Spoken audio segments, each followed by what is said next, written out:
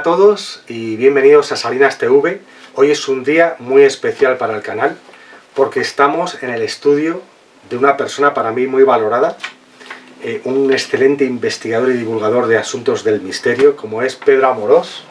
Yo encantadísimo de estar aquí contigo, José Manuel, y con todos tus espectadores, que para mí es un verdadero honor, y además que sabes que te veo, y bueno, me encanta lo que haces, así que es un honor estar aquí contigo. Muchas gracias. La verdad es que es un placer porque ha sido muy fácil contactar con él, muy fácil que nos reciba en su estudio, un estudio que, bueno, estáis viendo una parte de él, pero es un estudio maravilloso, que casi me quedaba aquí medio día para verlo entero.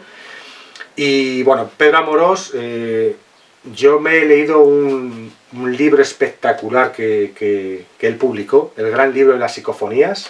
Bueno, aquí creo que se ve, el gran libro de las psicofonías. Es pequeño. Bueno, tengo que deciros, os recomiendo que compréis el libro, el gran libro de las psicofonías. Es un tratado espectacular sobre el asunto de la transcomunicación instrumental. Así se llama. Y es espectacular, tanto toda la parte técnica y cómo explica tantas cosas de cómo hay que trabajar este tipo de asuntos, todo el tema técnico de aparatos, de instrumentos, como toda la parte de descartar hipótesis. Es que ¿sabes qué pasa, José Manuel? Yo te explico. Yo cuando empecé, el primer libro mío que yo publiqué fue Psicofonías, Voces del Más Allá. Sí. Con la editorial MG Difusión. Y bueno, pues se me quedó un poco corto. Este libro tardé 11 años en hacerlo. 11 años. Se dice pronto, 11 años. ¿Por qué? Porque yo soy ensayista. Sí, es verdad que yo tengo novelas escritas, tengo la Guía de la España Misteriosa, he tardado menos, lógicamente, porque son recopilaciones o investigaciones. Incluso la Guía de la España Misteriosa, que prácticamente recoge toda España, ¿no? Pero este libro en sí es parte de mi estudio, son 11 años. Entonces, claro, son 11 años dedicados a la investigación, a las pruebas. Casi todas las estadísticas que yo voy extrayendo en el libro están basadas en 5.000 experimentaciones controladas. 5.000 experimentaciones que detrás de la cámara podrás observar la cantidad de cintas magnetofónicas que hay. Se ven, se ven. Y bueno, pues todo eso forma parte un poco de ese espectro de pruebas que yo he ido haciendo poco a poco. Eso es lo que es la recopilación esta. Sí, son 800 páginas y dicen que sirve para calzar mesas de forma fantástica. Pero bueno, no sé, yo estoy muy orgulloso de este libro. La crítica ha sido muy buena por parte de la gente cuando salió, ¿no? Y yo puedo decirte que yo escribí el libro que a mí me hubiera gustado encontrar.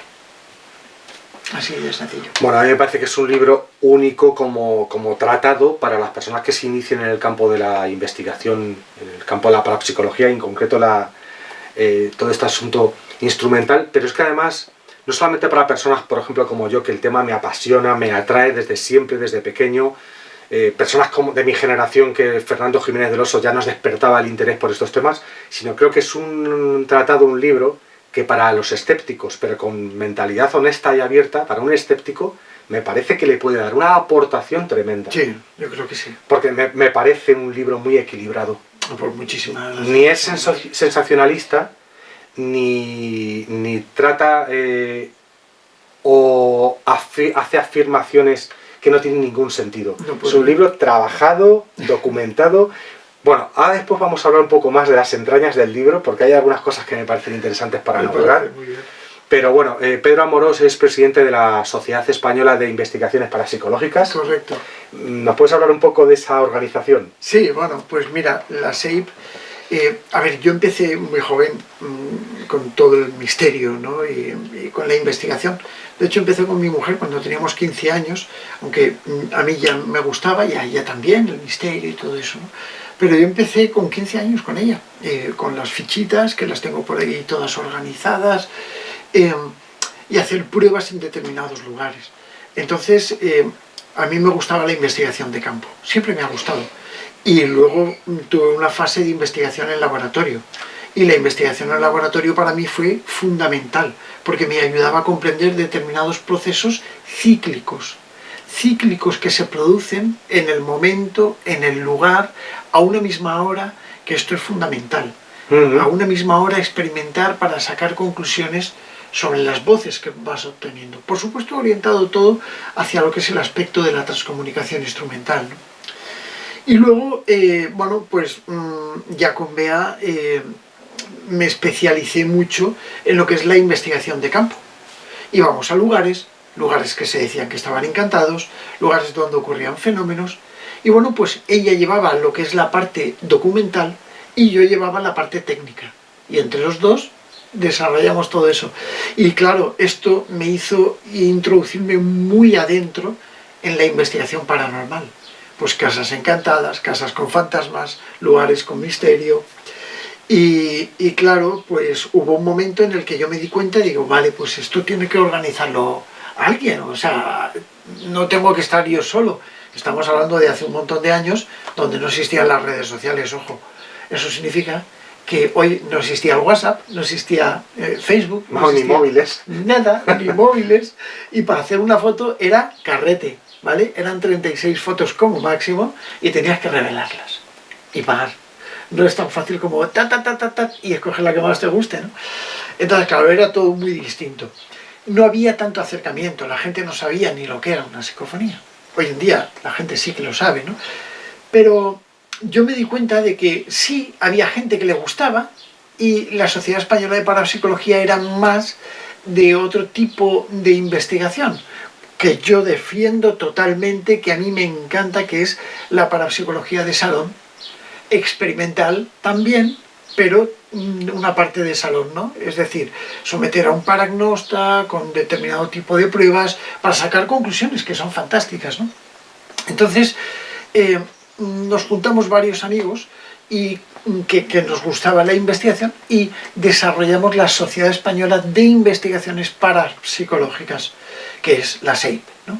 Y bueno, pues se creó en el año 1995, a mí me eligieron presidente in eternum, parece ser, porque yo estoy un poco ya, a ver, quién es el valiente que se toma el relevo para ir cargando los palos, pero bueno, yo he aportado lo que he podido a la SEIP. La SEIP es una de las organizaciones más grandes yo diría que del mundo.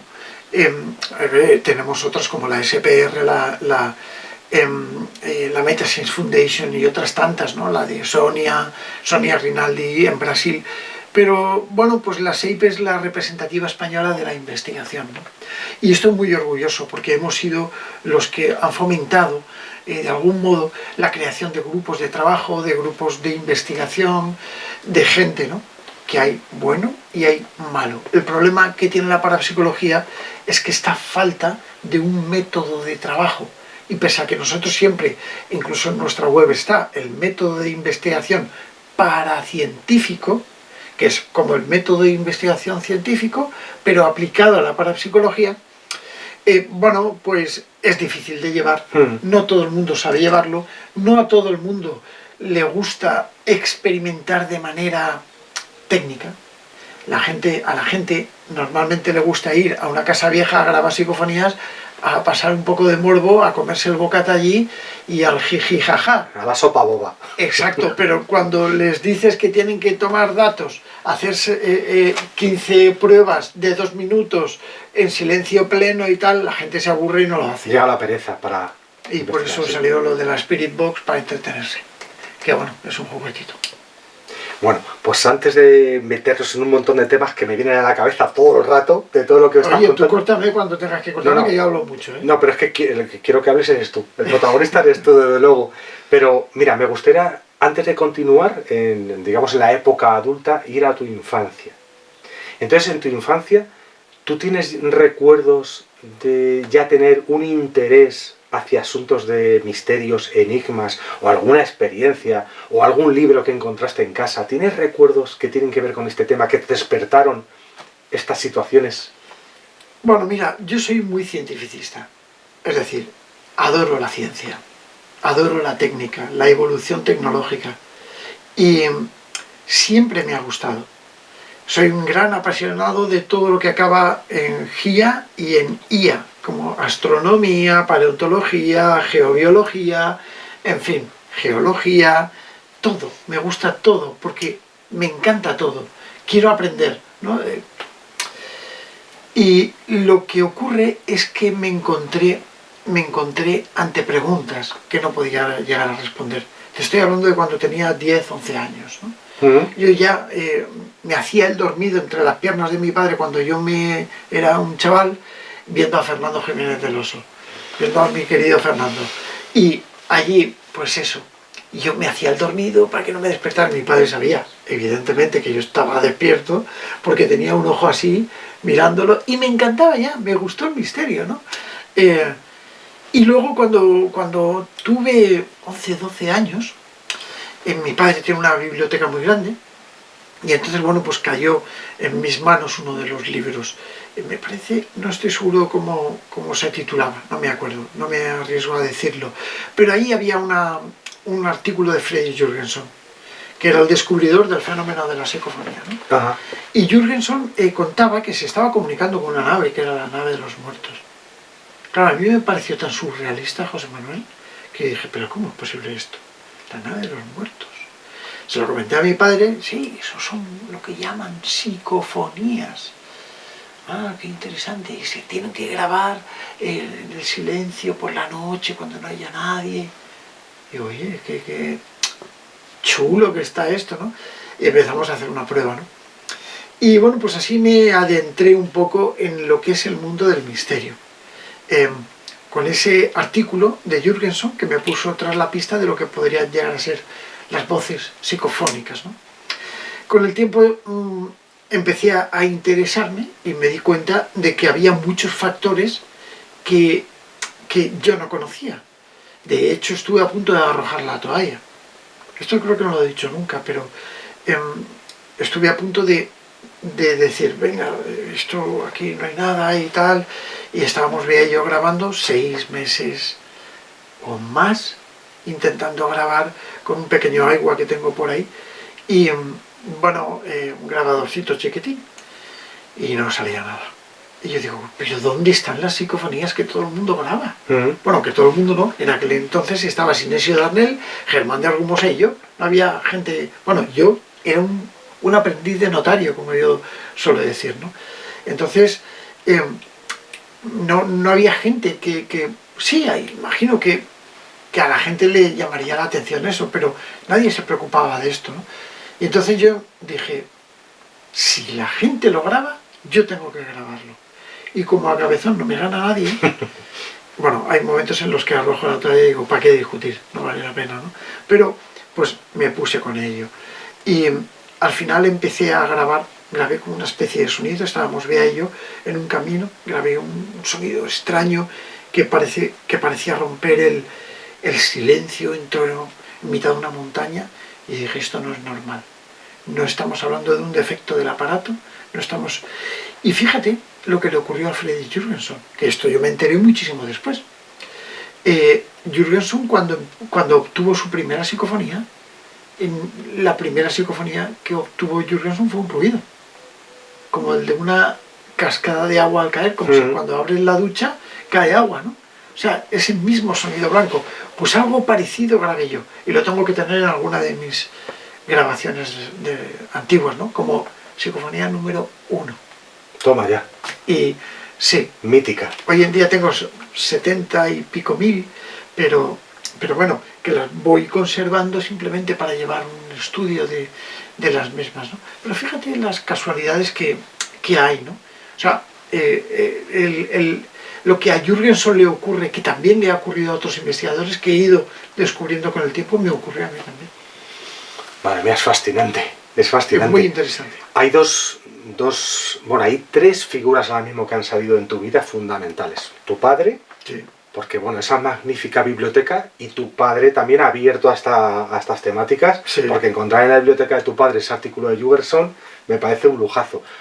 Luego está Bea, sí, que bueno, en el libro de la guía de la España mágica haces una dedicatoria a Bea espectacular. Esto es una opinión muy particular, ¿no? Pero como no creo en la casualidad y creo que todo está impregnado de una trama sagrada, desde luego ahí sois 2 almas que habéis venido a colaborar. ¿Qué te puedo decir yo? Y a trabajar juntos. A ver, yo conocí a Bea cuando tenía 15 años. Fíjate, con 15 bueno, años. Desde entonces seguimos juntos, ¿no? Es el amor de mi vida, es la madre de mi hija, y es una de las personas más maravillosas que he encontrado en la vida, ¿no? O sea, es una mente sabia, una mente antigua, un alma antigua, quiero Qué decir. maravilla, qué maravilla. Joder. Y Y qué lujo, ¿no? El que que la pareja acompañe así a un investigador como tú y que la pareja, que estéis, pues eso, si Bea, dados de la mano. si Bea no me hubiera apoyado, evidentemente yo jamás habría podido hacer Claro. absolutamente nada, porque creo que si yo he sido algo en la vida, ha sido por Bea. O sea, evidentemente no puedo olvidar a mis padres, ¿no? Pero Bea es la persona que yo tenía a mi lado y que me ha apoyado siempre, en todo. Me ha aguantado mis tonterías, mis errores, mis salidas de tono y mis locuras, pero Bea ha sido una persona muy especial que ha marcado mi vida y me ha llevado de la mano. Oh, qué bien, qué bien, qué bien. Por supuesto. Qué bien. Y luego Fernando Jiménez del Oso. Fernando, por favor, háblame un poco de él, porque para mí es un hombre, no le conocí, pero es de esas personas que sin conocerlas físicamente, solamente porque sea una persona conocida en televisión, te marca. Y a mí Fernando Jiménez del Oso me ha marcado, porque despertó en mí tal interés por todos los temas que trataba en La Puerta del Misterio y más allá. hombre, claro. Esos míticos programas, que en YouTube hay un montón todavía de programas que se publican. Y bueno, háblanos un poco de Fernando Jiménez, ¿cómo le conoces? Bueno, pues mira, a ver, un día estaba yo tranquilamente en casa y sonó el teléfono y me dijo, don Pedro Amorós. Y yo digo, esta voz me suena, ¿no? Y evidentemente yo ya le conocía por de la tele y de los programas y de los libros y todo eso, ¿no? A ver, no sé qué edad tendría yo, ¿no? Pero digo, sí, soy yo. Respondo al teléfono. Dice, bueno, no sé si me habrás conocido, porque mi voz es muy peculiar. Digo, creo que sí, que te he conocido, Fernando. Hombre, ¿qué tal? Y empezamos a hablar y ahí empezó una amistad muy bonita. Y digo amistad, ¿eh? Y digo amistad de las de verdad. Porque yo con Fernando he tenido confesiones.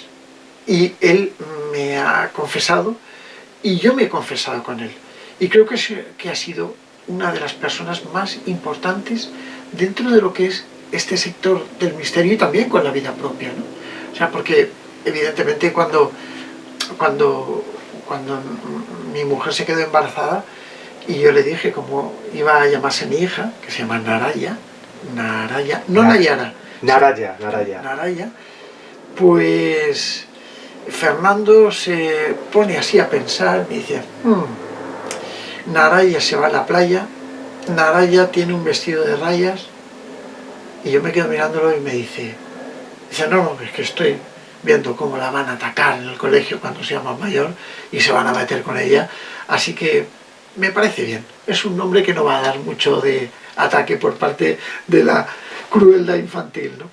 Y quiero decir que Fernando era una persona que súper sarcástico, tenía un humor sarcástico, un humor de estos antiguos, de los que te llenaba, ¿no?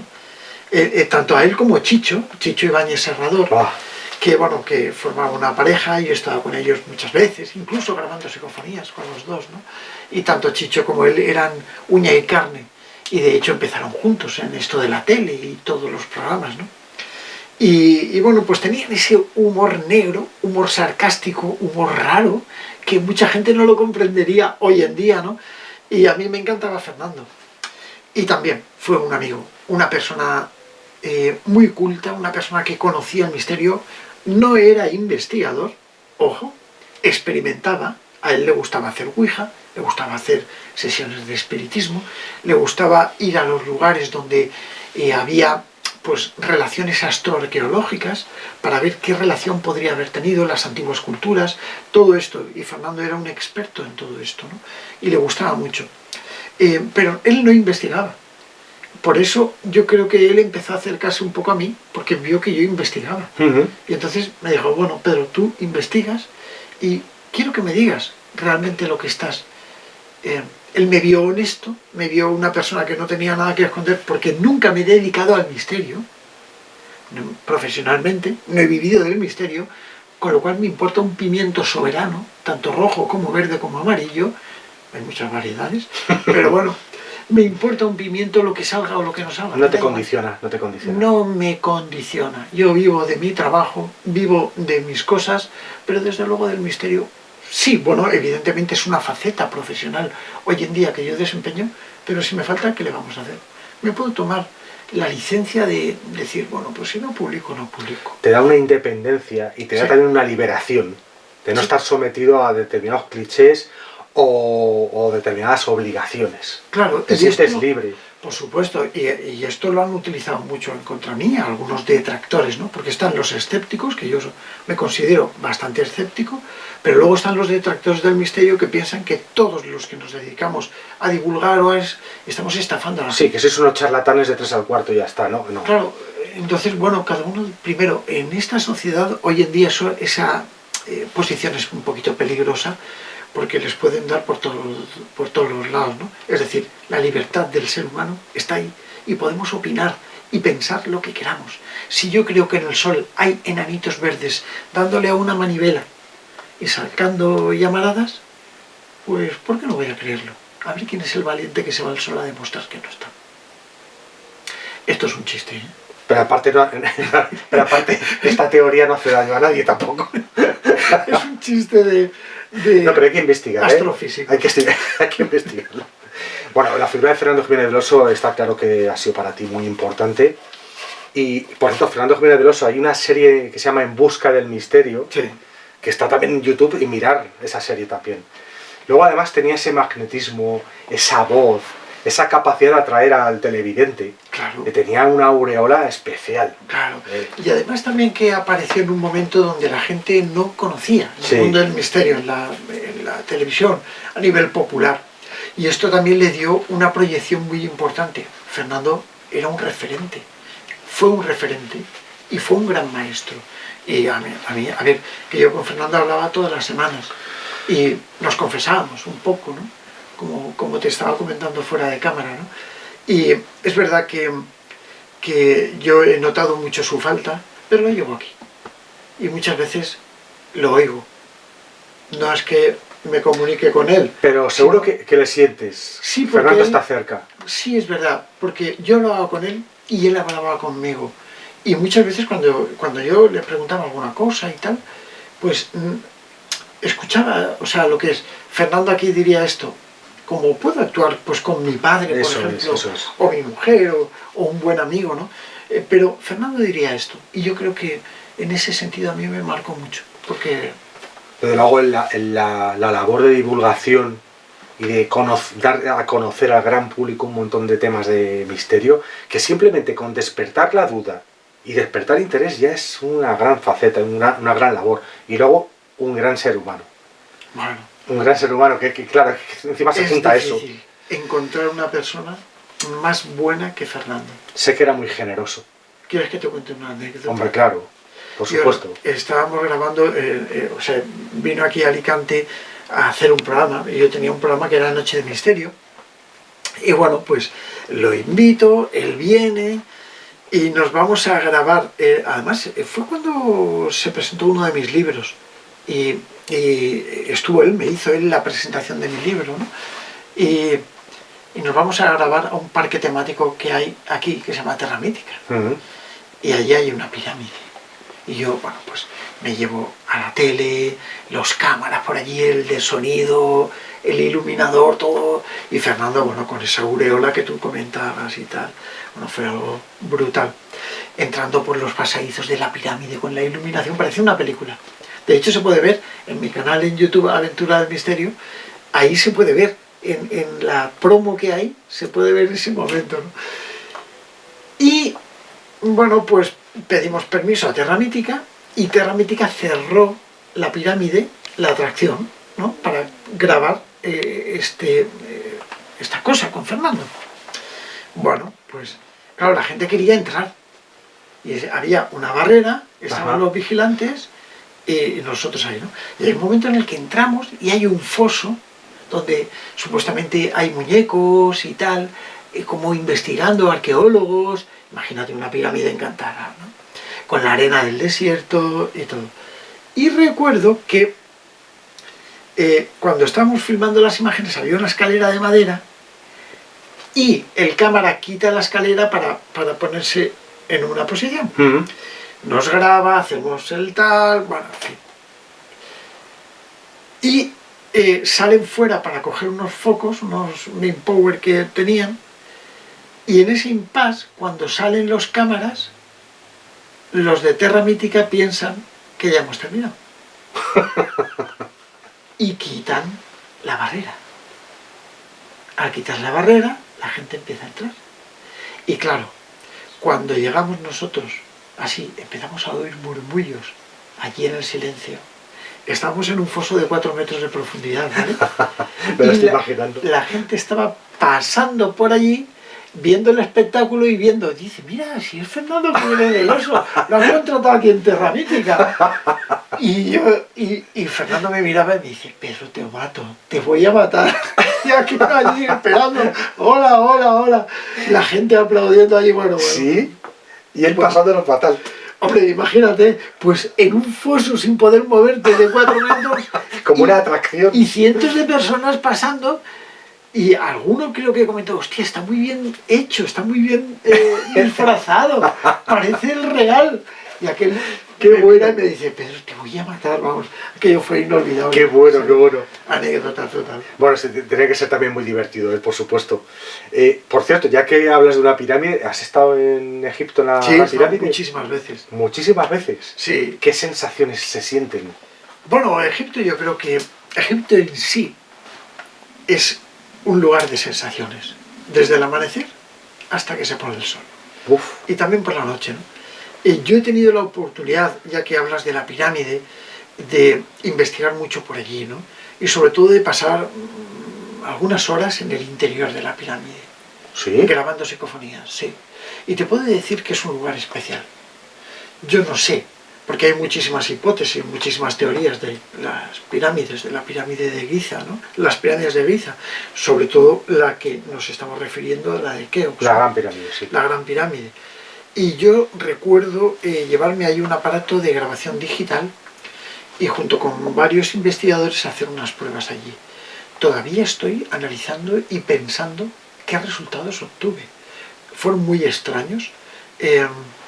Esa pirámide no deja indiferente a nadie. Evidentemente el tiempo pasa y sabemos que los fenómenos paranormales, si pudiesen estar de alguna forma adheridos a algún sitio, tendrían necesariamente que sufrir la debilidad o debilitación por el paso del tiempo. La energía ni se crea ni se destruye, solo se transforma, ¿no? Y es por ello por lo que creo que muchos de esos fenómenos pues sufren una degeneración, ¿no? O una transmutación. Y cuando alguien va capaz de activar aquello, es como si alguien entrase con una llave que abriese la puerta. Es cuando ocurren los fenómenos. Sí. Y creo que allí hay algo, en la pirámide, en la Gran Pirámide. Te estoy hablando concretamente de la Cámara del Rey, en el sarcófago de granito. Es que es tanta gente la que comenta y que la que dice lo que tú estás diciendo, ¿no? Que no sabes qué es, pero hay algo especial. Sí. Algo fuera de lo común, de tu vida cotidiana, se siente algo especial. Sí. O sea, que has estado varias veces ahí, entonces. Sí. He estado varias veces y he tenido muchísimas experiencias ahí dentro, ¿no?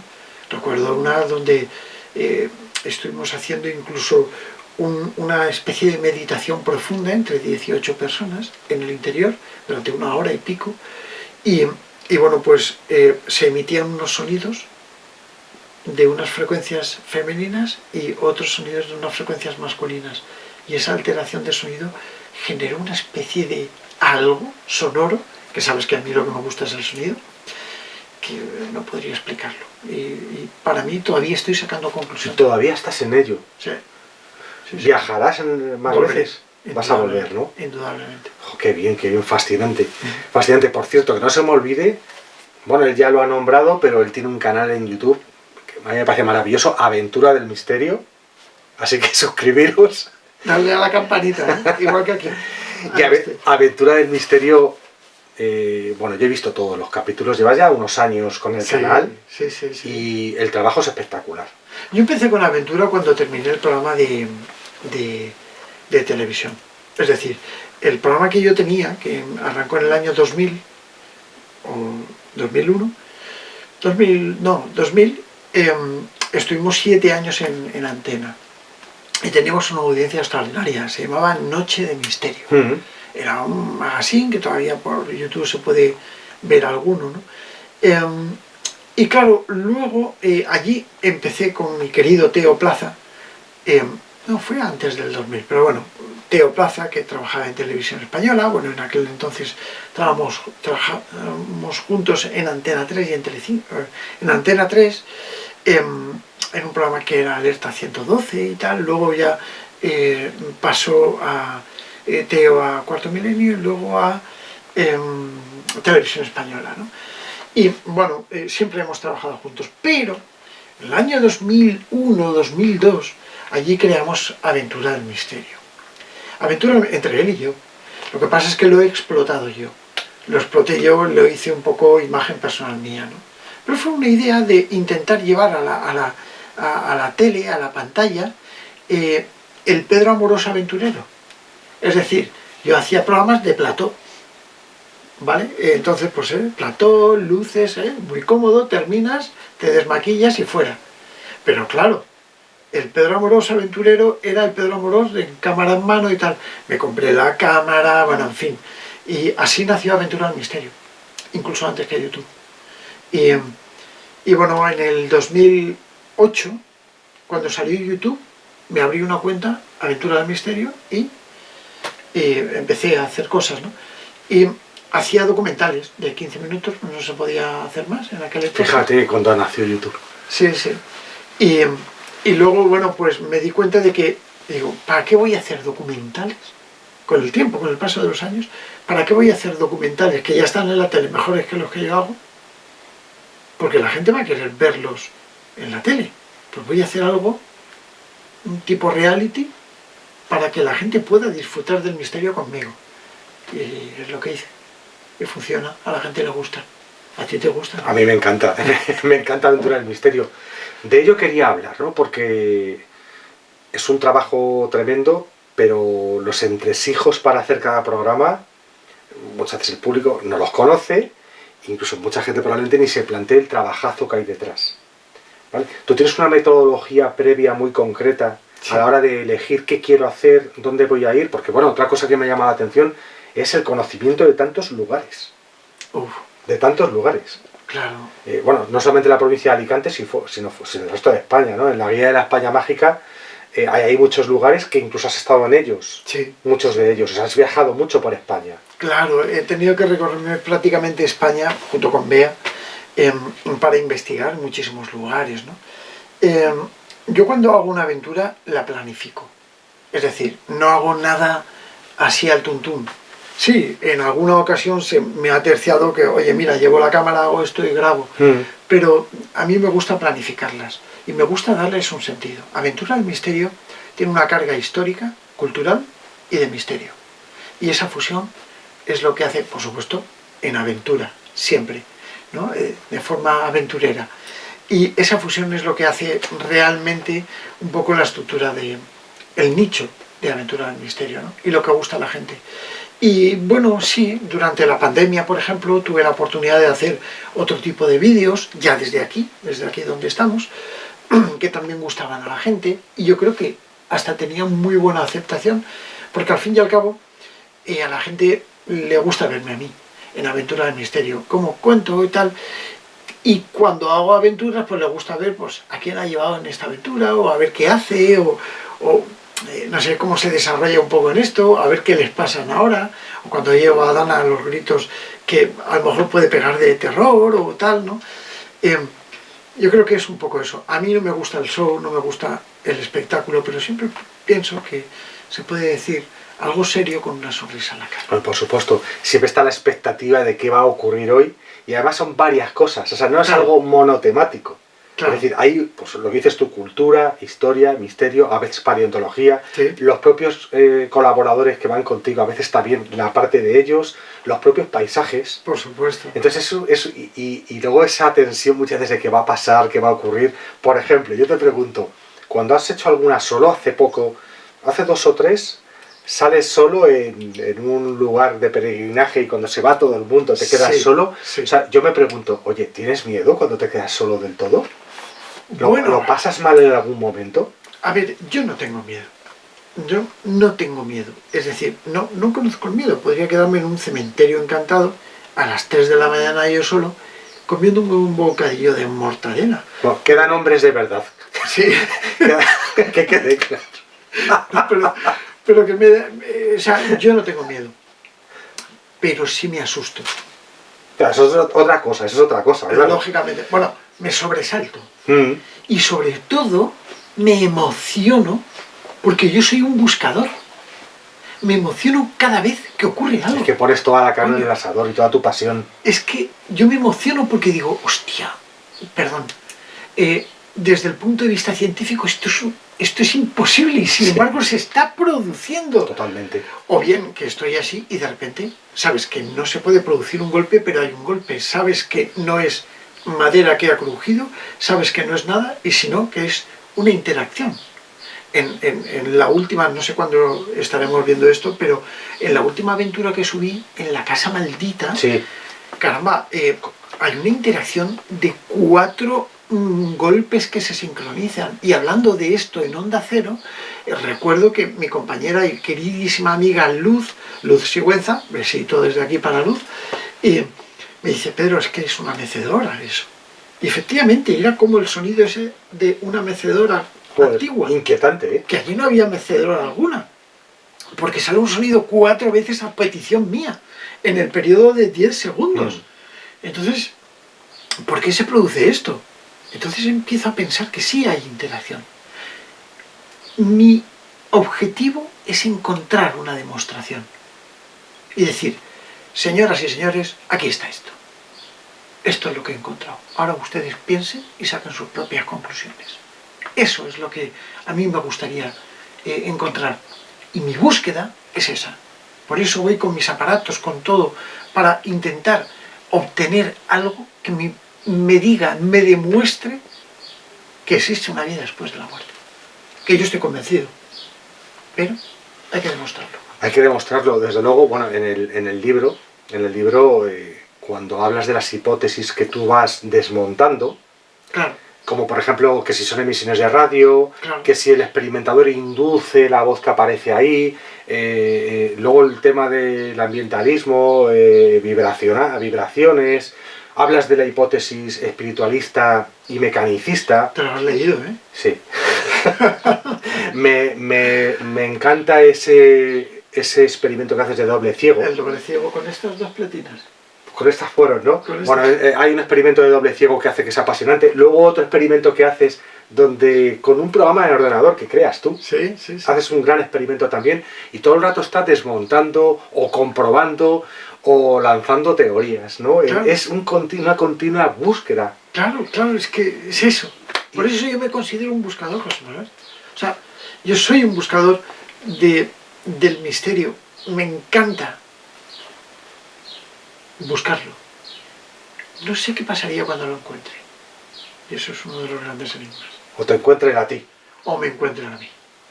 Mira, esto es muy personal mío, pero como creo que todo ser humano, y toda alma que viene con un cuerpo a experimentar este planeta tan complejo, tiene como unas autopistas que recorrer, marcadas, pactadas antes de venir, ¿no? Y tengo muy claro que todo tu trabajo con el mundo del misterio, la investigación, la divulgación, y todo lo que provoca en el espectador y en los demás seres humanos, pues que está claro que para mí es tu destino. Entonces, claro que tengo, claro, valga la redundancia, que hay sorpresas para ti en lo que te queda de investigar. Va a haber sorpresas, eso seguro. Eso espero. Pero parece como que, yo siempre pienso que parece una inteligencia que dice ahora sí, ahora no, ahora sí, ahora no. No hablo del tema de las voces psicofónicas, hablo de esa trama sagrada, ¿no?, que envuelve todo. Claro. Entonces me parece un trabajazo increíble. Aventura del misterio. Otra cosa que pienso, nosotros vemos los televidentes pues 1 hora y media, 2 horas y pico de programa, pero eso que tú cuelgas ahí, que tú publicas, ¿cuántas horas llevan de trabajo? Pues mira, te pongo la última, ¿vale? La última la grabé con Francis, dura 2 horas y 20. Sí, esa es la última que estoy viendo yo, sí. Se nos fue un poco de las manos. Yo ahí tengo que analizar el contenido de las grabaciones mías, el contenido de la grabación de la cámara, el contenido de la grabación de Francis. todos los fenómenos, repasarlos, lo que ocurre. Bueno, luego está la edición. Joder, la edición. Luego está el arreglo. Luego está la sonorización. Es que es una barbaridad. Yo me pasé trabajo. en esta última, podría decirte, 6 días de trabajo. Madre mía. Y yo soy rápido editando, ¿eh? 6 días. 6 días, Tú aquí te tiras muchas horas sí, y de madrugada. también. Por supuesto. Ahora he acostumbrado un poco a mi cuerpo a poder volver a utilizar mi tiempo para leer, para hojear cosas, para investigar, para hacer... Pero sí, me tiro aquí mucho tiempo de trabajo. Claro, eso es una cosa que me llama mucho la atención de ti. Por ejemplo, la organización de tu tiempo. Porque tú tienes un hogar, una familia, Claro, tus quehaceres cotidianos, trabajo, todo. problemas a resolver que surgen constantemente, tu trabajo para vivir claro. y todo lo que haces a nivel de divulgación e investigación. Y aparte, por ejemplo, leer, ¿no? Claro.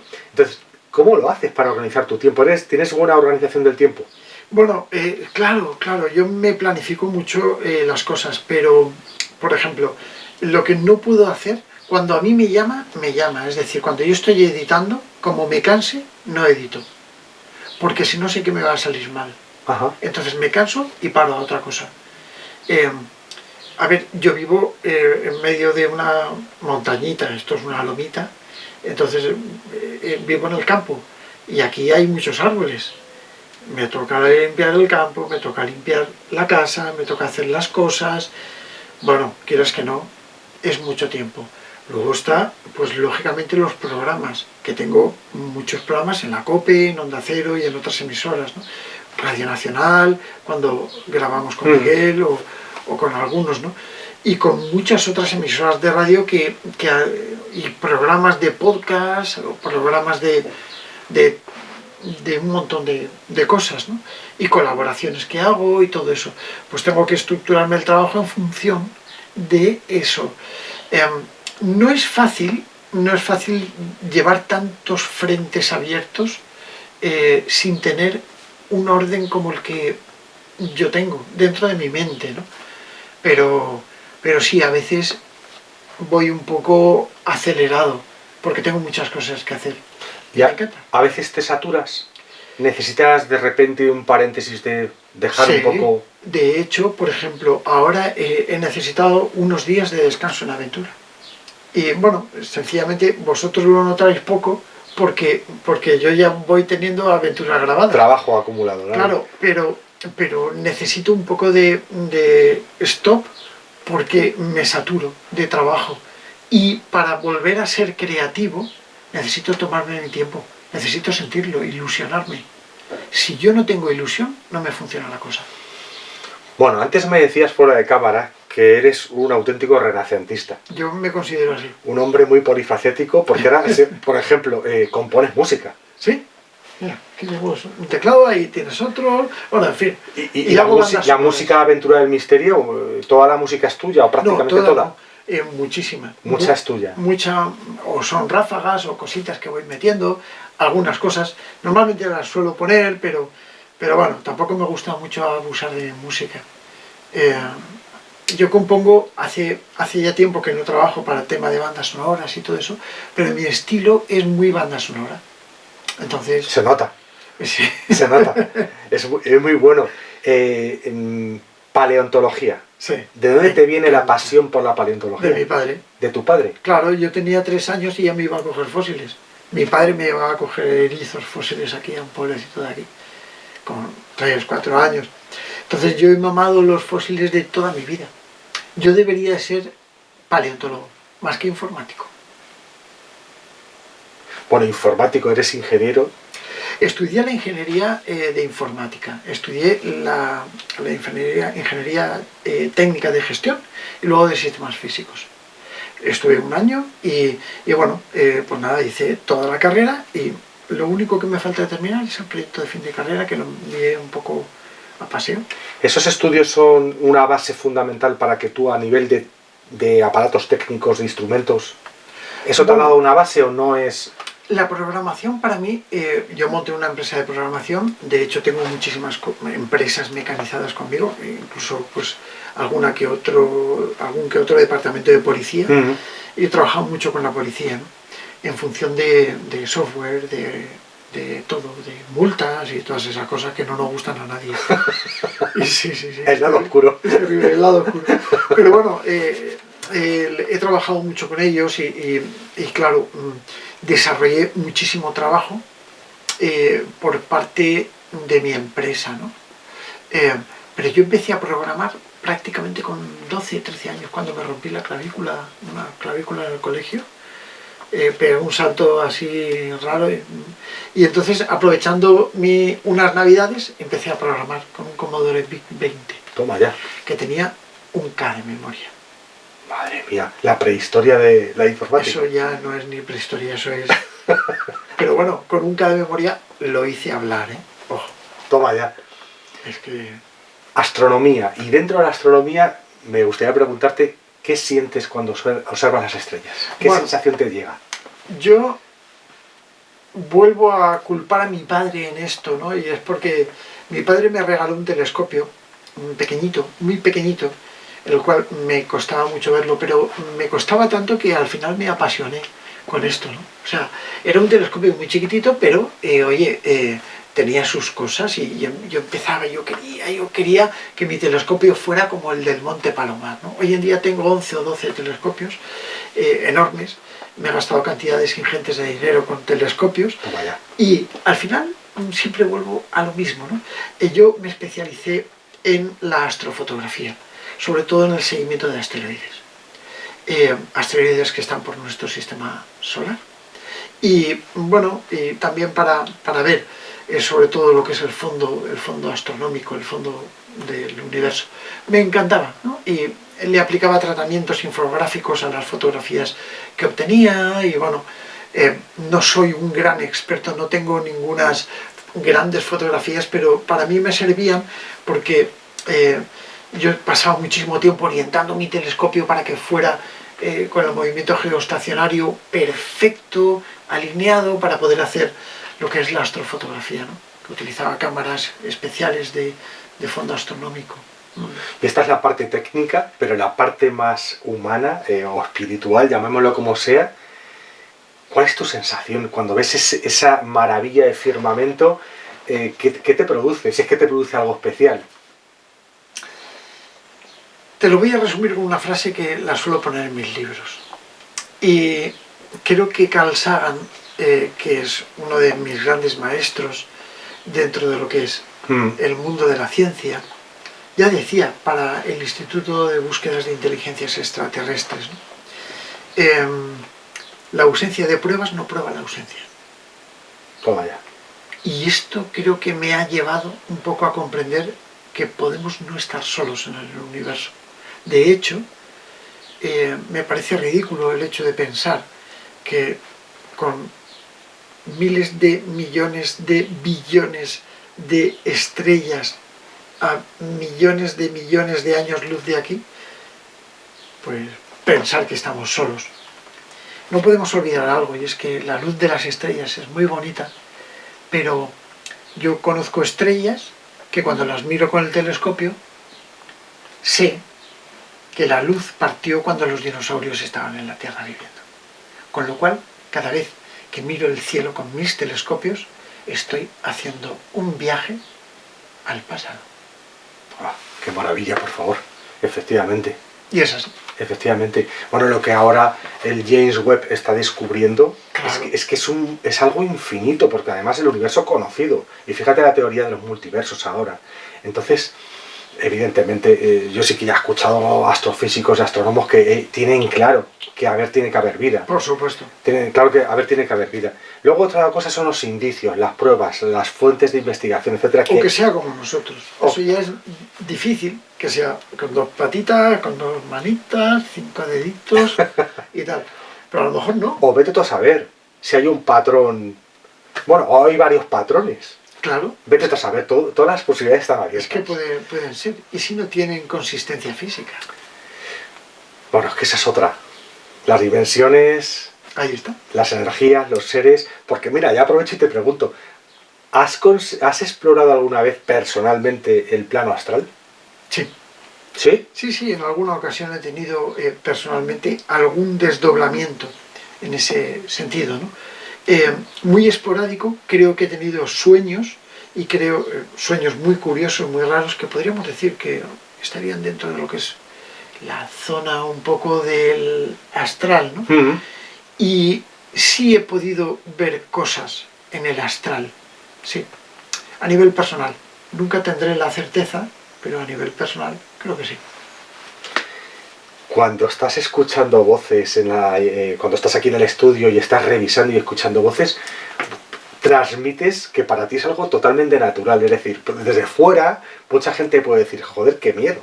Ya, bueno, claro. Qué miedo, ¿no? Pero a mí me ha pasado. Yo cuando en los años 90, me acuerdo una vez en Antena 3 Radio, que pusieron unas psicofonías, y yo creo que era Germán de Argumosa, que eran increíblemente espeluznantes, yo me acuerdo que sentí pavor.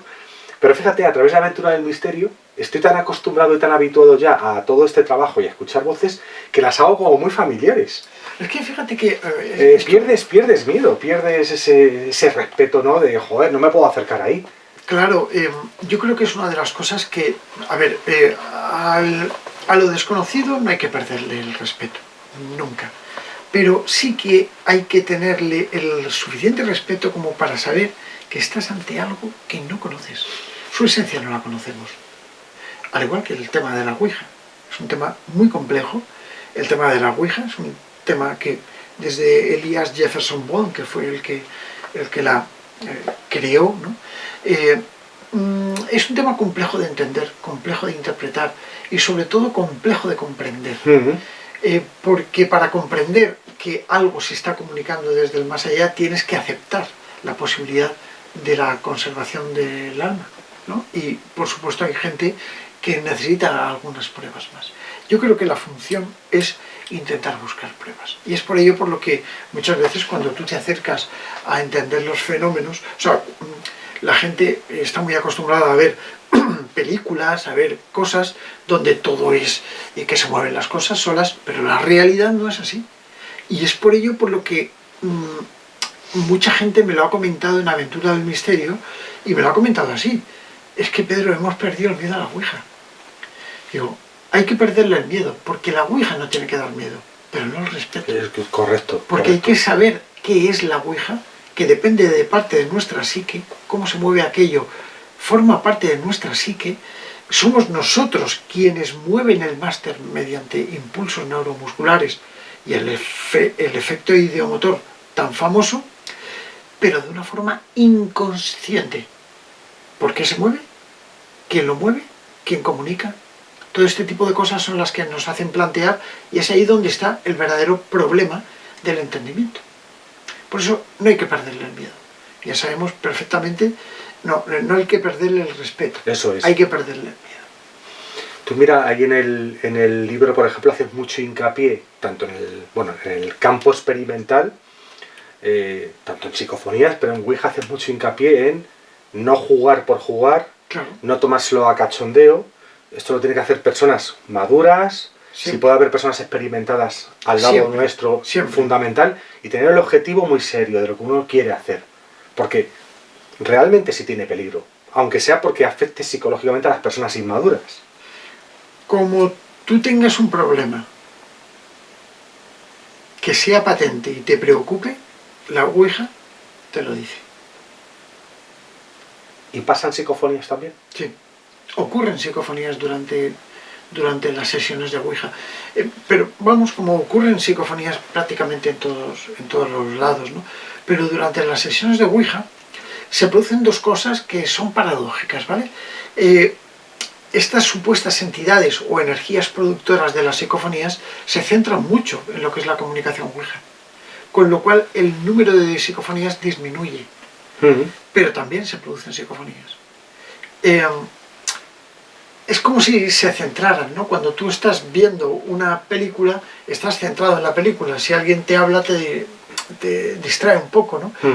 O cuando tú estás estudiando o leyendo un libro o preparando algo, pues estás concentrado en eso. Si tú no tienes esa concentración, bueno, pues en esto ocurre lo mismo. O sea, este tipo de entidades o energías, o como queramos llamarlas, parecen concentrarse en un punto. Y cuando se concentran en un punto, que ocurren fenómenos extraños paralelos, concomitantes y demás, el resto se debilita. Y en este caso las psicofonías se debilitan. Parece como si les consumiera mucha energía crear una psicofonía. Llama la atención, lo veis en la aventura de misterio, pero en el libro también lo describe perfectamente y pone muchos ejemplos, pues que hay voces que aparentemente no tienen ningún sentido, sin sentido, pero es que hay voces que tienen todo el sentido. Sí, sí. Igual que hay veces que sí que responden coherentemente a la pregunta del experimentador. Claro. Eso me llama mucho la atención. Como que no parece... Hay una parte que es inteligente, claramente inteligente. Claro. Y en ese sentido hay que saber también preguntar. Claro. Y qué se quiere preguntar y cómo seguir el hilo de una conversación. ¿Vale? Y luego otra cosa muy importante que dices, que también me gusta mucho cómo lo enumeras, es hiciste una aventura del misterio donde hablabas de ese trabajo estadístico donde las horas más propicias, Sí. el ambiente, Sí. la temperatura, incluso, bueno, también hablas una cosa muy interesante y es pues el estado de ánimo del experimentador, Muy importante. la emocionalidad del experimentador. Muy importante. Tú no eres igual estando eufórico que estando apático con todo, no. Porque si te muestras apático o estás mirando el reloj a ver cuándo te vas a ir y tal, Claro. ahí no hay tela. O sea, y por eso yo muchas veces he experimentado en lugares y he hecho las pruebas, y se pueden ver en la aventura del misterio, como por ejemplo con Francis, yo entro en un punto, en una casa, y antes de recorrer la casa, experimentamos. Porque el fenómeno se detona mucho más fuerte con la inseguridad. No podemos olvidar que los fenómenos paranormales tienen un componente psíquico importantísimo. El cuadro de estados alterados de la mente, tan proporcionado y estudiados por la psicología, evidentemente influye de manera directa en la producción paragnóstica, en la producción paranormal. Los fenómenos paranormales que se producen son diversos. Movimiento de objetos, incluso poltergeist psíquicos, etc., ¿no? Y cuando realmente tú desconoces qué es lo que hay en una casa en la que acabas de entrar por una puerta o ventana, y digo ventana respetuosamente, yo si no me dan permiso no entro, eso está claro, ¿no? Pero a veces por una puerta está tapiada y no puedes entrar. Pero tú entras ahí, no sabes lo que hay en esa casa. Esa inseguridad crea un alto grado de expectación que hace que el fenómeno o fenómenos se propulsen de una manera mucho más fuerte, se catalice. Y con eso jugamos mucho los investigadores. Por eso, todo fenómeno que se produce tiene un derivado y un componente psicológico importantísimo. Nuestra mente, esa gran desconocida, pues muchas veces actúa como catalizador o amplificador fenomenológico. Por eso el miedo es importantísimo tenerlo en cuenta, porque el miedo es el catalizador fundamental. Si tú tienes miedo, vas a tener problemas en esa casa, en ese lugar. Esto que estás diciendo me parece muy, muy importante tenerlo en cuenta. Estas son conclusiones que se van llegando un poco conforme pasa el tiempo y vas aprendiendo, te vas dando cuenta de cómo evolucionan los fenómenos paranormales. Esto es parapsicología pura lo que estamos hablando ahora. ¿Qué opinas? Una situación que probablemente a la mayoría de las personas nos han pasado alguna vez en la vida, aparece en las aventuras, y es cuando tú estás tan tranquilo pensando en otras cosas y de repente una persona no sabe por qué, no quiero entrar a esa habitación. Ah, ya. O he entrado y de repente cambia el ambiente. Hay algo que no me hace sentir cómodo. ¿Qué opinas de esa situación? Porque... Evolutivamente, ¿nosotros qué somos? Animales. Total. Hemos ido evolucionando de una manera distinta al resto de especies. Al fin y al cabo hemos sido la única especie que en lugar de adaptarse al medio, ha adaptado al medio a nosotros.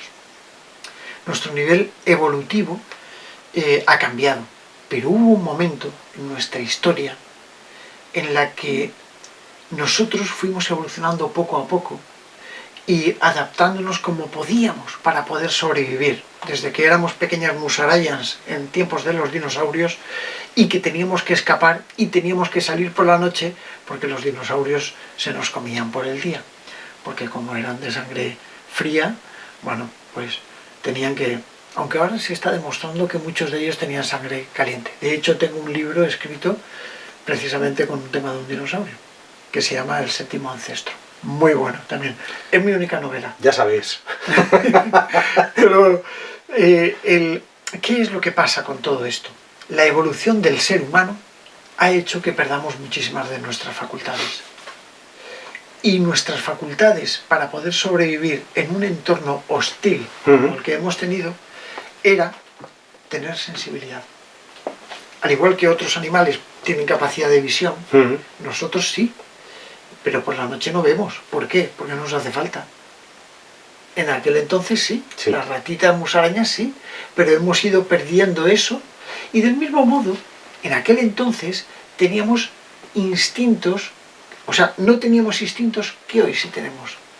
Y yo creo que facetas de la evolución del cerebro humano o de la mente humana ha sido el adquirir la posibilidad de presentir, de tener sensibilidades especiales ante determinado tipo de lugares.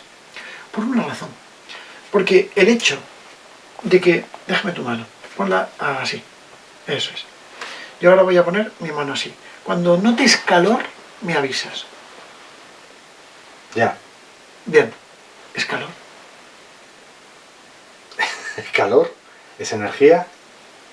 Mi mano está a 37 grados, tu mano está a 37 grados. Si tú te tocas esto, no notas calor. No. Porque no hay diferencia de temperatura. Sí, podríamos hablar de una pequeña diferencia por el aire y tal, al no tener el movimiento de la sangre interior. Vale, pero lo que estamos notando es energía. Nos movemos en un mundo de energía. Hasta el propio Stephen Hawking lo decía, ¿no? Y eso nos ayuda a comprender que el universo o multiverso donde nosotros nos movemos es un universo lleno, repleto de energías. Y esas energías interactúan con nosotros. Nosotros somos el producto de una especie que convive con un mundo energético. Si nosotros no pudiéramos sentir o presentir este tipo de sensaciones, esas energías podrían afectarnos. Del mismo modo que yo te he mostrado ese calor, entre comillas, o esa energía, las entidades espirituales pueden llegar a influir, influenciar y someter la voluntad de una persona, hasta el punto del suicidio. Eso lo tienes claro. Absolutamente claro. Que hay un universo a nuestro alrededor invisible. Por supuesto. Y que está compuesto de entidades un poco más elevadas, positivas, y entidades un poco menos elevadas, negativas. Y cuando una entidad de este tipo se te acerca, te puede cambiar la vida. Te puede incluso inducir al suicidio. Y yo he tenido casos, he estudiado casos de gente que han estado al borde del suicidio por situaciones así. Cuando una persona varía ampliamente, fugazmente y repentinamente su forma de actuar habitual, que tiene su propia conciencia, esta persona está siendo influida por algo. ¿Quién sabe si la propia evolución humana ha hecho que los propios seres humanos tengamos la posibilidad de presentir este tipo de energías para defendernos de ese entorno hostil? Aquí entramos también en esto que se habla algunas veces de protegerte energéticamente. Sí. O que una persona, cuando tiene muchas fisuras en su campo energético por distintos motivos emocionales y psicológicos, como que todavía es más fácil que sea influenciada por energías no siempre positivas. Claro. De esto se habla mucho también a veces, ¿no? Gente claro. sensitiva te cuenta este tipo de cosas. Es que, a ver, yo siempre he estado en contra un poco, hace mucho tiempo, ahora no estoy en contra, pero siempre he estado un poco en contra de... Para mí me gusta la demostración, pero claro, ¿cómo es posible que tú, una persona, no, ahí hay un muerto, ahí hay un tal? A ver, un momento, pero yo no lo veo y tú sí lo ves. O sea, tú tienes visiones, ¿no? He aprendido a respetarlo con el tiempo. Ahora creo en este tipo de personas que sí que se pueden llegar a percibir. Yo no lo veo, yo no veo nada, pero sí tengo percepciones. Y tú también. Los tenemos todos los seres humanos, percepciones que no sabemos comprender, ni tampoco sabemos orientar. Y yo creo que con el tiempo, la ciencia empezará a estudiar este tipo de percepciones, porque al fin y al cabo están con nosotros por la propia evolución. O sea, nadie estudia el por qué parpadeamos tantas veces. Sí, se ha estudiado, pero nadie le da importancia porque lo hacemos instintivamente.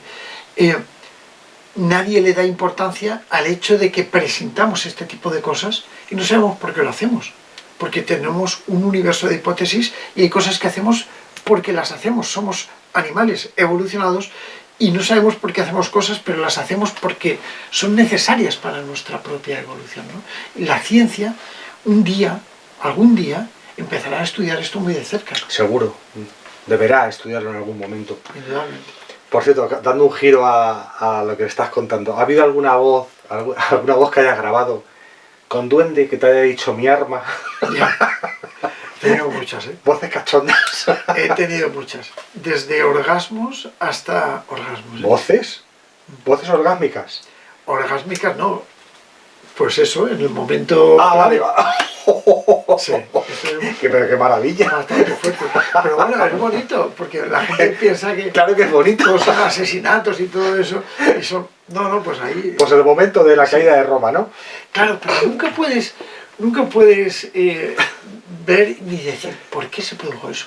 Porque claro, yo esto lo obtuve, recuerdo que esta grabación la obtuve en una casa antigua que era la Folla de la Perera.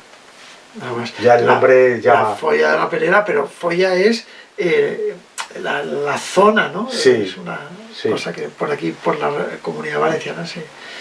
Bueno, el caso es que era una casa muy grande. Era una casa donde...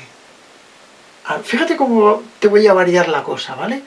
Era una casa donde había, pues, un cacique, un terrateniente, y era una casa donde había mucha servidumbre. Ya. Y era una casa que pertenecía a tiempos donde la mujer era muy utilizada como herramienta sexual.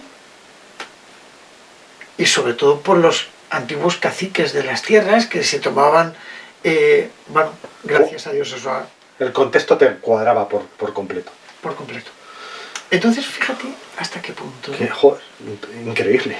O, por ejemplo, en Belchite, que bueno, un avión haciendo un picado soltando una bomba. Bueno, es espectacular. Ahí lo cuentas en el libro, ¿eh? Claro, o bien una de las últimas investigaciones que hice, que graba una explosión tremenda que se sale de lo normal. O sea, ¿por qué? ¿Dónde estaba eso? Fue en el campo este, ¿no? Sí. Fue en el campo, ¿cómo se llama el campo este de concentración? En el campo de la Albatera. Sí, que se escucha, sí. Bueno, me refiero a esa, que se escucha un disparo. Sí. Y luego haces referencia también a un mosquetón, ¿no? En Gibraltar. Sí, es cierto. Que allí, te llamó mucho la atención también. En el cementerio de Trafalgar estuve investigando durante mucho tiempo, ¿no? El cementerio de Trafalgar es precioso, yo invito a todo el mundo a verlo, aquello es un jardín. Pero claro, está en medio de la ciudad. Tuve que ir por la noche, donde todo el mundo estaba ahí, y de repente se escucha un súper disparo de un mosquetón.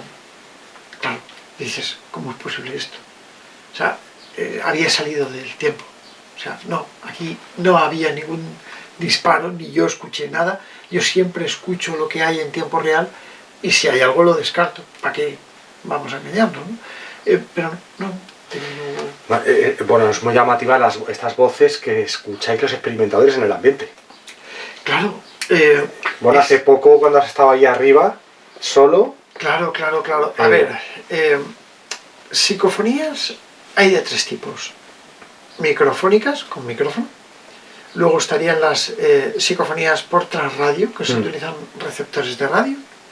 Y luego estarían las psicofonías que serían voces directas o voces paranormales, donde las mimofonías estarían incluidas ahí. Eso es. ¿vale? Entonces, dentro de las psicofonías microfónicas tenemos las de absorción y las espontáneas, que al fin y al cabo ambas son por transformación energético-sonora, posiblemente de campos electromagnéticos, pero bueno, ahí están. Luego tenemos las de trasradio, que se producen por alteraciones electromagnéticas de ondas hertzianas, y luego las voces paranormales. Las voces directas, voces paranormales, mimofonías, todo eso se escucha en tiempo real. Te voy a poner un ejemplo. La última aventura del misterio, donde yo recojo esos sonidos, ese crujir como de madera, que lo que yo te decía que parecía una mecedora. Bien, yo lo oí en tiempo real. Una psicofonía no es, porque una psicofonía no se oye en tiempo real. O sea, sí puedes oírlo si monitorizas la grabación, pero en tiempo real, a oído libre, no la oyes, porque es el producto de una transformación. Cuando tú escuchas una voz que entra, que no está ahí, ni puede estar ahí bajo ningún concepto, o un sonido que no forma parte del entorno, y tú lo identificas técnicamente correcto, se trata de o una mimofonía, o un sonido paranormal, o algo, o una voz paranormal, que no debería de estar ahí, y sin embargo está. Y esa faceta de esas voces que se escuchan, bueno, pues son acojonantes, con perdón de la expresión. ¿A ti te ha llegado alguna vez, te han dado información personal? Sí. ¿Que te ha sido incluso práctica? Sí, las psicofonías. Yo siempre he pensado que hay varios tipos de psicofonías, lo estábamos hablando antes, me lo has comentado y me he quedado ahí. Las psicofonías online, es decir, las que te responden a las preguntas que tú haces, son psicofonías dialogantes. Luego están las voces espontáneas que hablan de vez en cuando, cosas inconexas. Luego también encuentras las voces interrelacionadas que hablan entre sí. Y luego hay voces que las denominamos voces acompañantes. Y esas voces suelen ser muy, muy, muy cercanas al experimentador. Sí. Y te avisan de cosas. Lo que pasa es que yo habitualmente dejo que la naturaleza siga su propio camino. Porque dejarte influir por este tipo de cosas, malo. Cuidado, cuidado. ¿Qué es una voz que no tenga sonido armónico ni onda portadora? ¿Qué significa? Bueno,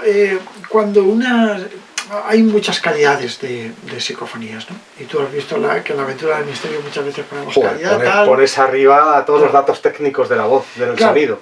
Lo más cercano, para que la gente tampoco se aburra con datos especialmente técnicos, pero que sí que los comprendan, ¿no?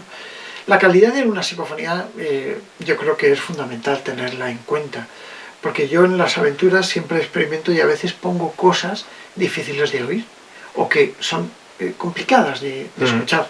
Yo tengo el oído muy acostumbrado a escuchar psicofonías. Lo hablaba con un querido amigo, el doctor Miguel Ángel Pertierra, que es otorrino, y lo hablaba hace muchísimo tiempo con él sobre el tema de la interpretación fonética o fonográfica.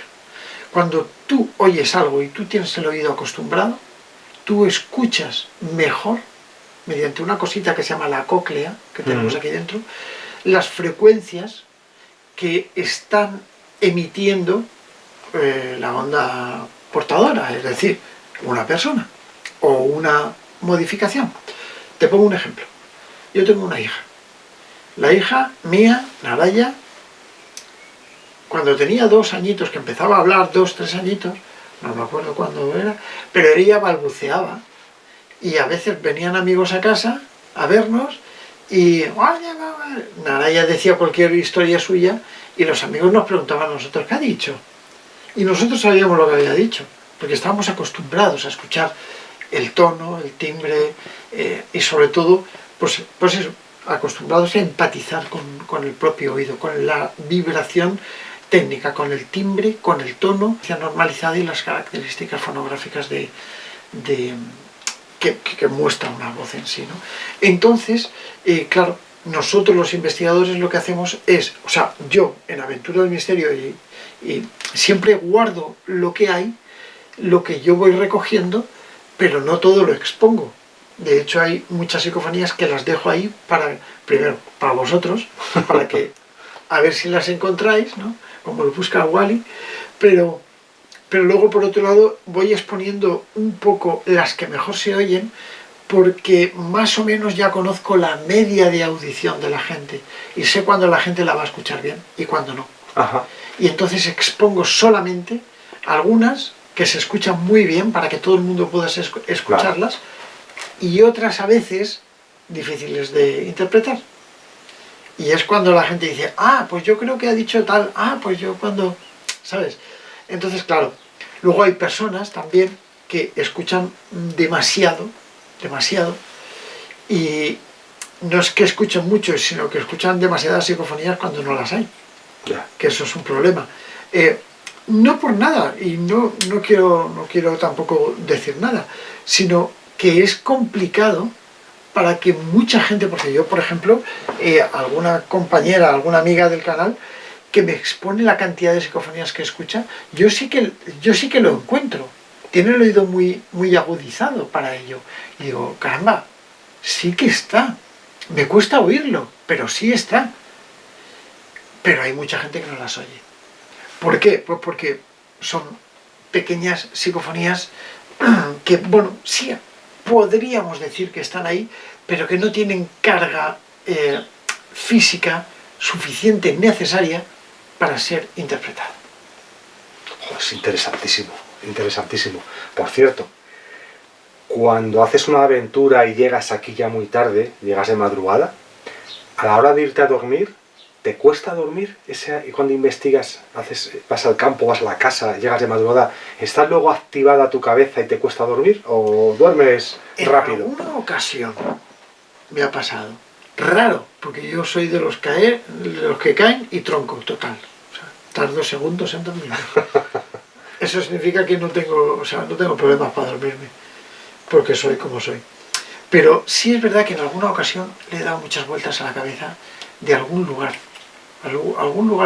que me ha marcado, ¿no? Me ha marcado especialmente. Ya llegas anoche un poco más pensativo con él. Y lo notas porque dices, es que lo que ha ocurrido es que se sale de la norma.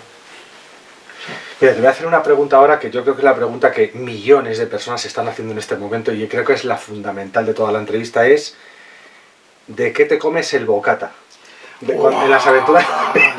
En las aventuras. Qué bueno. Yo me lo he preguntado, el otro día iba a Francis con una bolsa, que yo veía una botella de agua y digo, ¿y los bocatas de qué serán?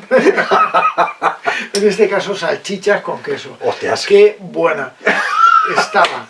O sea, así se investiga mejor, ¿eh? Sí, por supuesto. Aunque no es bueno comer antes de las investigaciones. No es bueno comer justo antes, o sea, ¿tienes claro que a ver, un par de horas antes, una hora antes o...? Te lo voy a explicar. Cuando tú estás haciendo la digestión, prácticamente todo el contenido de sangre va al estómago a disolver. Exactamente. La mente se queda en off, un poquito más en off. Con lo cual, si nosotros somos una potencialidad psíquica... Vale, no favorece. Correcto. De hecho, para temas de radiestesia, por ejemplo, tampoco es bueno comer antes, porque estás debilitando lo que es tu potencial. Y es bueno tomar bebidas isotónicas, que lleven alto contenido para que tú estés activo. Fíjate qué importante esto también. Pero los bocatas son de salchichas muchas veces. Con queso. Con queso, otras veces filetitos de caballa, que me gustan mucho. O ya lo más recurrido, cuando no tienes más remedio, pues una lonchita de queso y chorizo. Y ya está. A ver, es que este es el gran misterio del canal. Sí. ¿Qué cena Pedro antes de empezar la investigación? Hombre, si hay un filetito también con un poquito de mantequilla y tal, no se va a despreciar. Bueno, después del bocata ¿hay fruta o...? A mí me encanta la fruta, me encanta. Pero bueno, siempre. Como yo soy diabético, que me toca pincharme, siempre tengo que tener algo de fruta y algo ahí. Vale, algo que te... Para ir cargado de energía. Muy bien. Totalmente. Muy bien. Pero sí, es un gran enigma y me lo han preguntado muchas veces. Sí. Yo es que llevaba mucho tiempo preguntándome, pero digo, al final tengo que preguntárselo personalmente. Claro que sí. Para mí, yo ya me voy saciado con el tema del misterio. Ya para mí esto es fundamental. Cuando lo vayamos a investigar, que tenemos que hacerlo pronto, Nos llevaremos un bocata de salchicha Bueno, con por queso. favor. Y si es posible, tomatito por encima. Con un poquito de sal. En serio, creedme. Cuenta con nosotros. Sí. Nosotros hacemos las bocatas si quieres ese día. Y ya está. Y si es pan de pueblo, mejor, que Joder, me encanta. Esa amiga, por favor. Eso es. Bueno, pues yo creo que es lo que todo el mundo quiera saber y damos por... No, vamos a seguir un poco más. Vamos a seguir un poco más. Quiero que me des unas pinceladas de dos investigadores que a mí también me marcaron en su momento y que les tenía mucho cariño, que son el profesor Germán de Argumosa y Sinesio Darnell, que para ti también han sido personas importantes. Muy importantes. Claro. Aunque sea, háblame de ellos dos, de tu relación con ellos y el legado como investigadores de ellos también. Bueno, yo creo que el legado, o sea, para mí tanto Sinesio como Germán fueron grandes maestros dentro de lo que es la parapsicología, ¿no? Yo con Sinesio pues he tenido muchísimo contacto, he trabajado muchísimos años con él. Para mí ha sido una persona muy especial, porque Bea y yo nos íbamos, incluso cuando éramos jóvenes, muy jóvenes, que no teníamos ni coche, nos íbamos a verle a Barcelona, cogíamos el tren y allí investigábamos y hacíamos... Durante muchísimos años hemos trabajado juntos. Y bueno, pues así, yo le monté varias veces el laboratorio, se lo adecuaba, le ayudaba mucho con labores técnicas que Sinesio descontrolaba.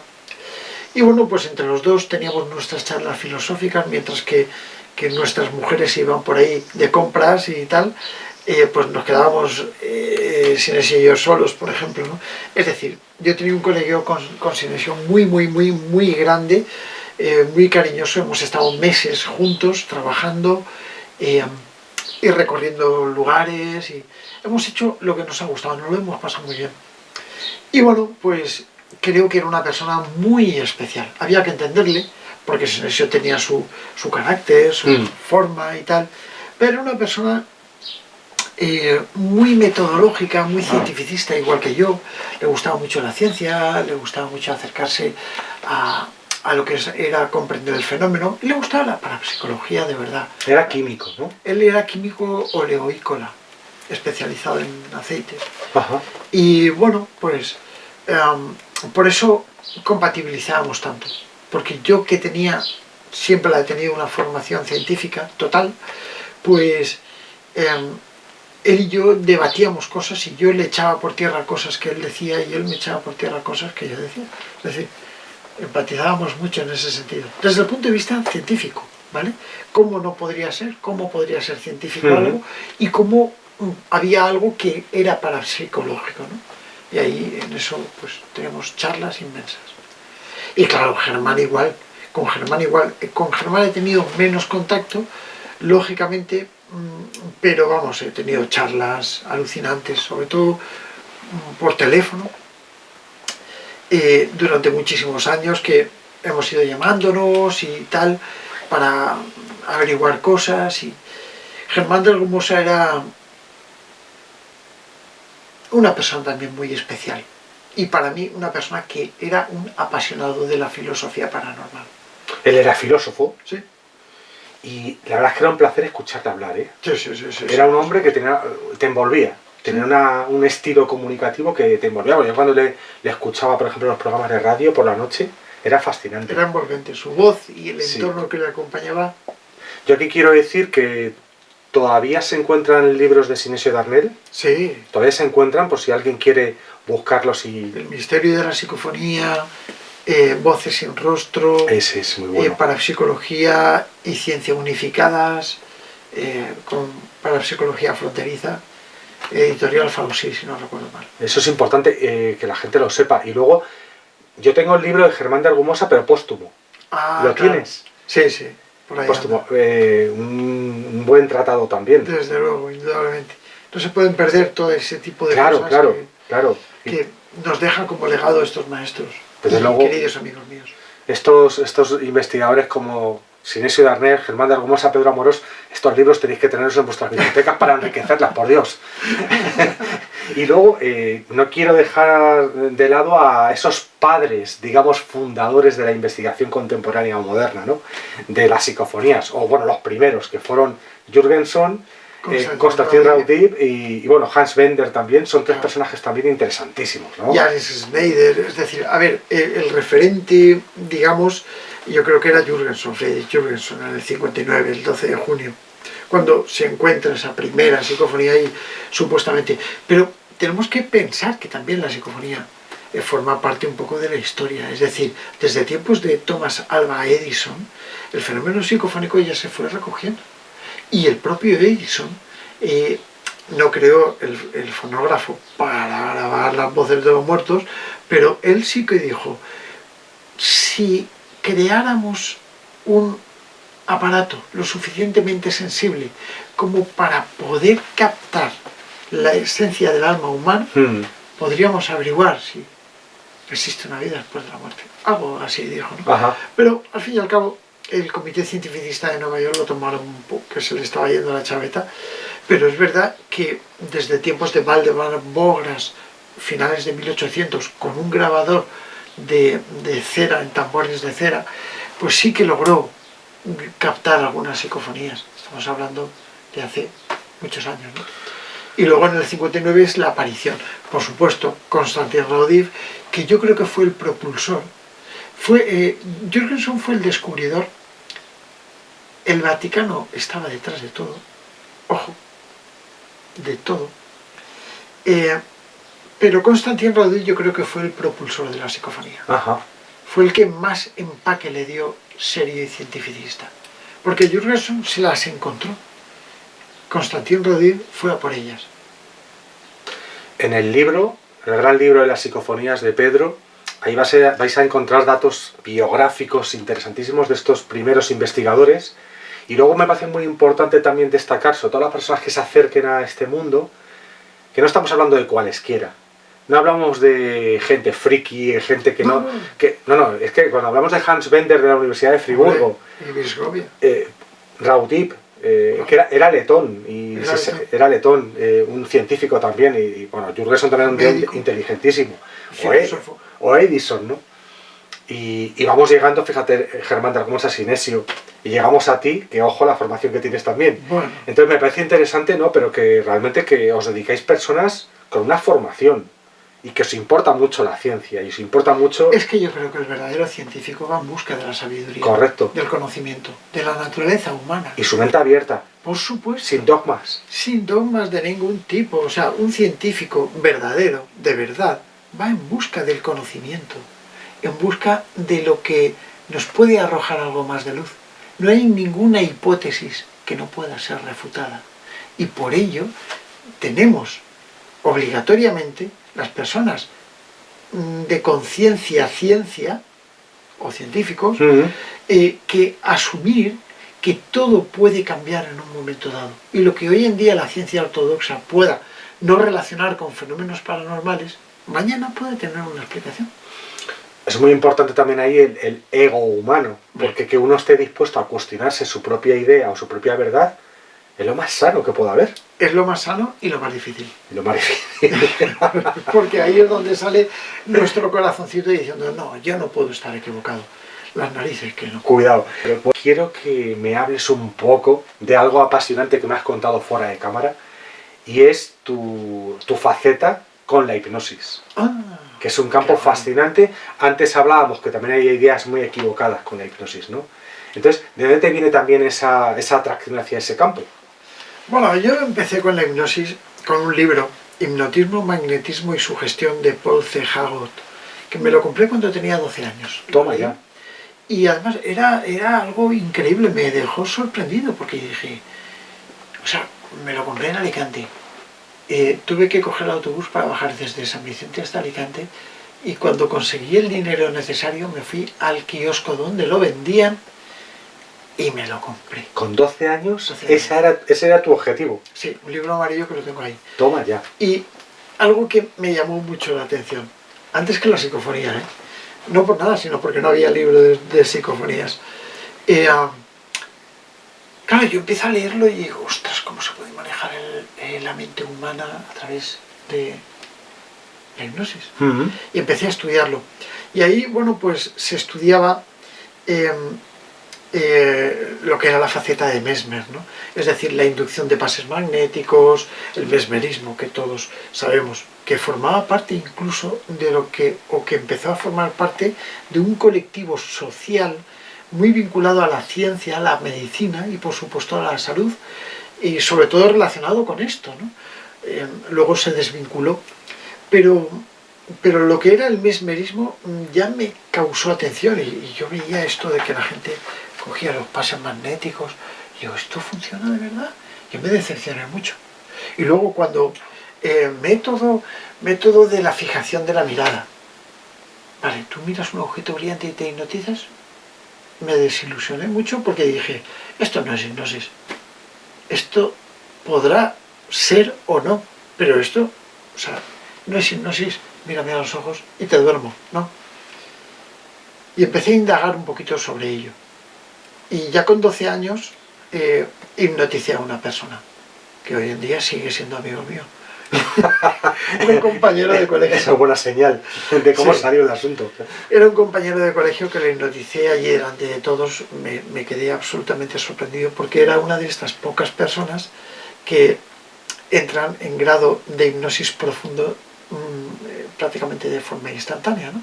Y en el que se produce amnesia y bueno, pues se detonan muchísimas cosas donde pierdes un poco la consciencia, porque hay mucha gente que piensa que la hipnosis, cuando tú hipnotices a alguien, la persona, tú puedes hacer lo que quieras con esta persona y voy a quitarle voz a todo esto, que nos hemos dejado los teléfonos conectados. Pero bueno, en cualquier caso, hay mucha gente que piensa que puedes quitarle la conciencia a una persona o que caiga desfallecido o que se le vaya la mente. ¿Cómo anularla? Anularle o hacer que se ponga a hacer la gallina o a cacarear y todo esto. Esto no es fácil. Hay muchos condicionantes de la hipnosis. Tenemos que saber para qué queremos utilizar la hipnosis. A mí la hipnosis de espectáculo me encanta, me hace mucho reír, pero no es la hipnosis real que deberíamos de tener en la conciencia, porque en nuestra propia comprensión tenemos que pensar que la hipnosis es algo para ayudar a nuestra mente a superar traumas o hechos traumáticos que hemos tenido en la vida, o para dejar de fumar, que también sirve, o de comer. O de comer bocatas de salchichas con queso. De salchichas con queso y tomate, con sal.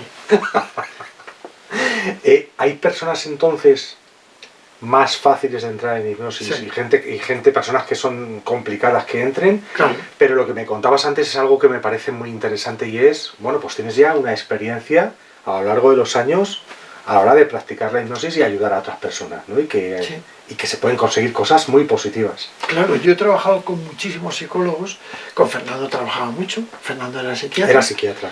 Y él me enviaba muchísimos pacientes, que él no podía sacarle punta con el tema de la psiquiatría y de la psicología. Claro, hay cosas en las que la psicología tiene ciertas barreras todavía. La mente humana es muy compleja.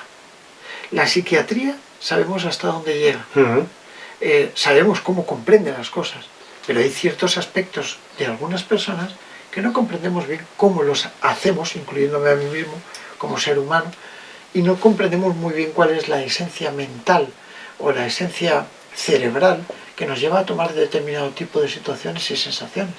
Y la hipnosis nos acerca a ello. No significa que sea la panacea, la hipnosis está ahí. Es una posibilidad, es una opción. Por supuesto que es una opción. Y vas descubriendo un mundo verdaderamente apasionante que te lleva a comprender un poco el funcionamiento de la mente. Y bueno, yo he visto milagros, milagros alucinantes con la hipnosis. Cosas que la gente no creería. Y los he visto por mis propias manos. No significa que yo sea un mago que toque la varita y tal, pero bueno, yo hago hipnosis de impacto. Tengo varias formas de hacer hipnosis, pero la que más me funciona es la hipnosis de impacto, que es 1, 2, 3, duerme, ¡plap! No te toco pues si te duermes, pero bueno. No, prueba, en vivo y en directo. En un programa hipnoticé al presentador y a la presentadora. ¿Sí? Sí, y me quedé yo recuerdo Sí, me quedé yo allí, bueno, y nada, y el director, tienes que hacer esto, lo otro, tal, bueno, en fin, fue ahí.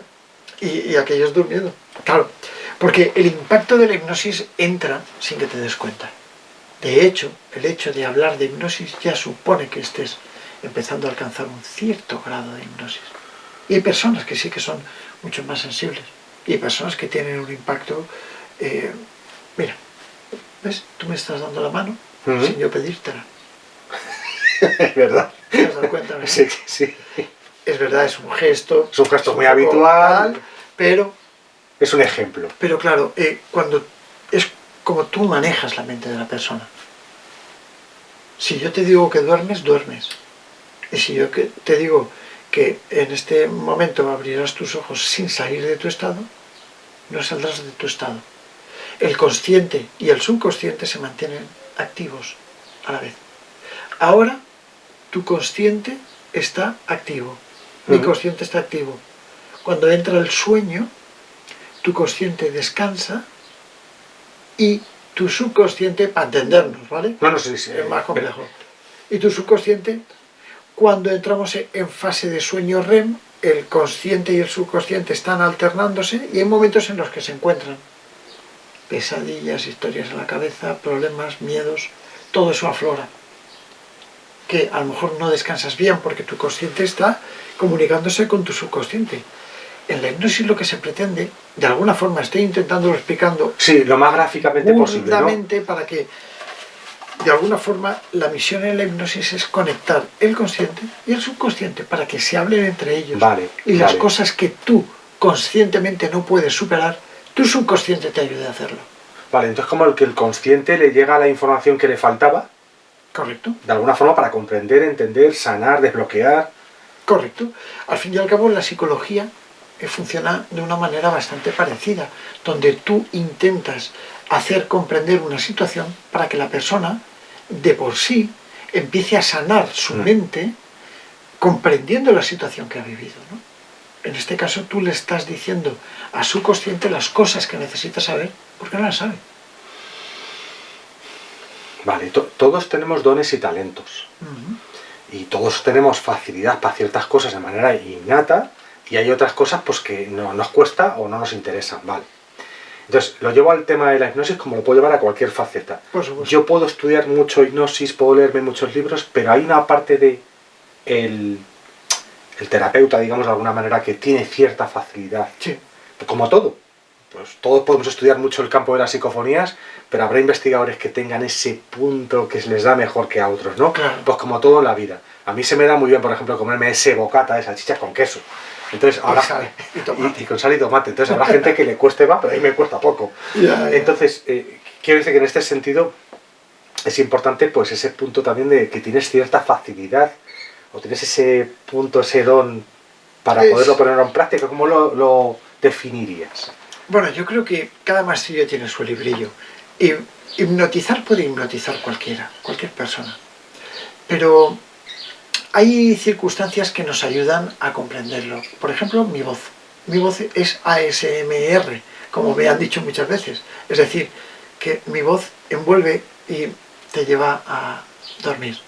O sea, que canso, que os estaré cansando y lo sé. Perdón. Pero bueno, mi voz es ASMR, ¿qué le vamos a hacer? Tengo una voz de... O sea, eso está definido. Sí. Los tipos de voces provocan una serie de cosas en los demás, ¿no? Mi voz produce sueño. O sea, es real. ¡Qué bueno! Es real. Pero te viene muy bien para la hipnosis. Sí, y yo a veces, a ver, que yo mismo, a veces escuchándome a mí me duermo.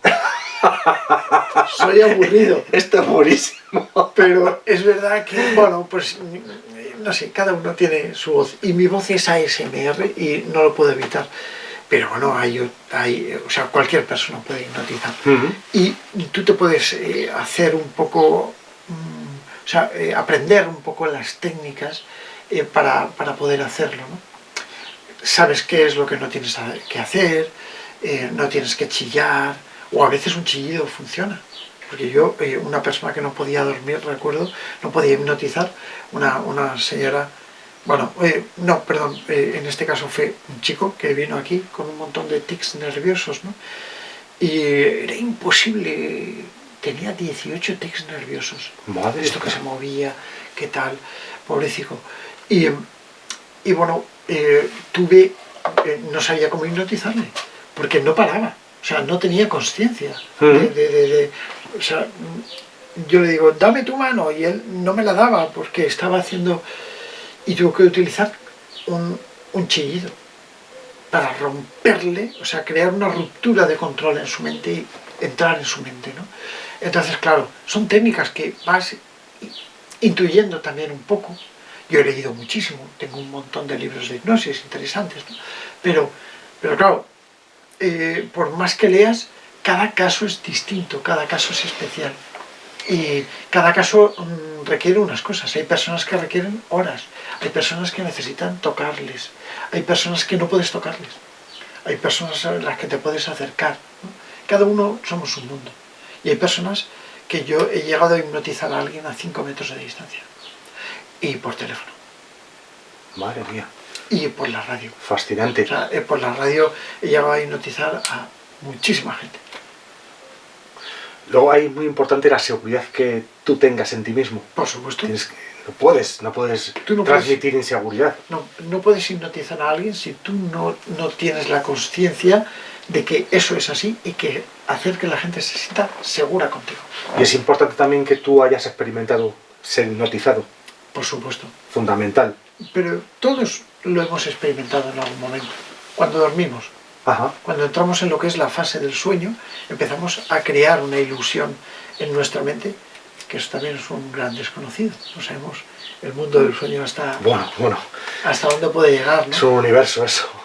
Pero es verdad que todos experimentamos, todos podemos ser hipnotizados de una manera u otra, y el que no quiera, aunque tú no quieras ser hipnotizado, puedes ser hipnotizado. Toma ya. Sí. De hecho, tengo muchísimos casos y súper divertidos. Bueno, a mí antes de empezar la entrevista me ha contado unas cuantas cosas, unos cuantos casos. Como él dice, he visto milagros porque independientemente de que uno sepa o no sepa el 100% de la causa o el 100% de lo que ha pasado, del origen, el caso es que cuando uno ve algo, ve algo. Eso es cierto. Y cuando hay un resultado, hay un resultado. Eso es cierto. Pero me parece apasionante. Bueno, otra faceta más del renacentista. No sé, yo hago lo que me gusta. Lo que sí que no tengo ni idea es de pintar. No se te da bien. Pero bueno, un poco menos renacentista entonces, pero bueno, no pasa nada. Bueno, algún garabato hago, pero algún dibujillo, y aquí hay alguno, ¿eh?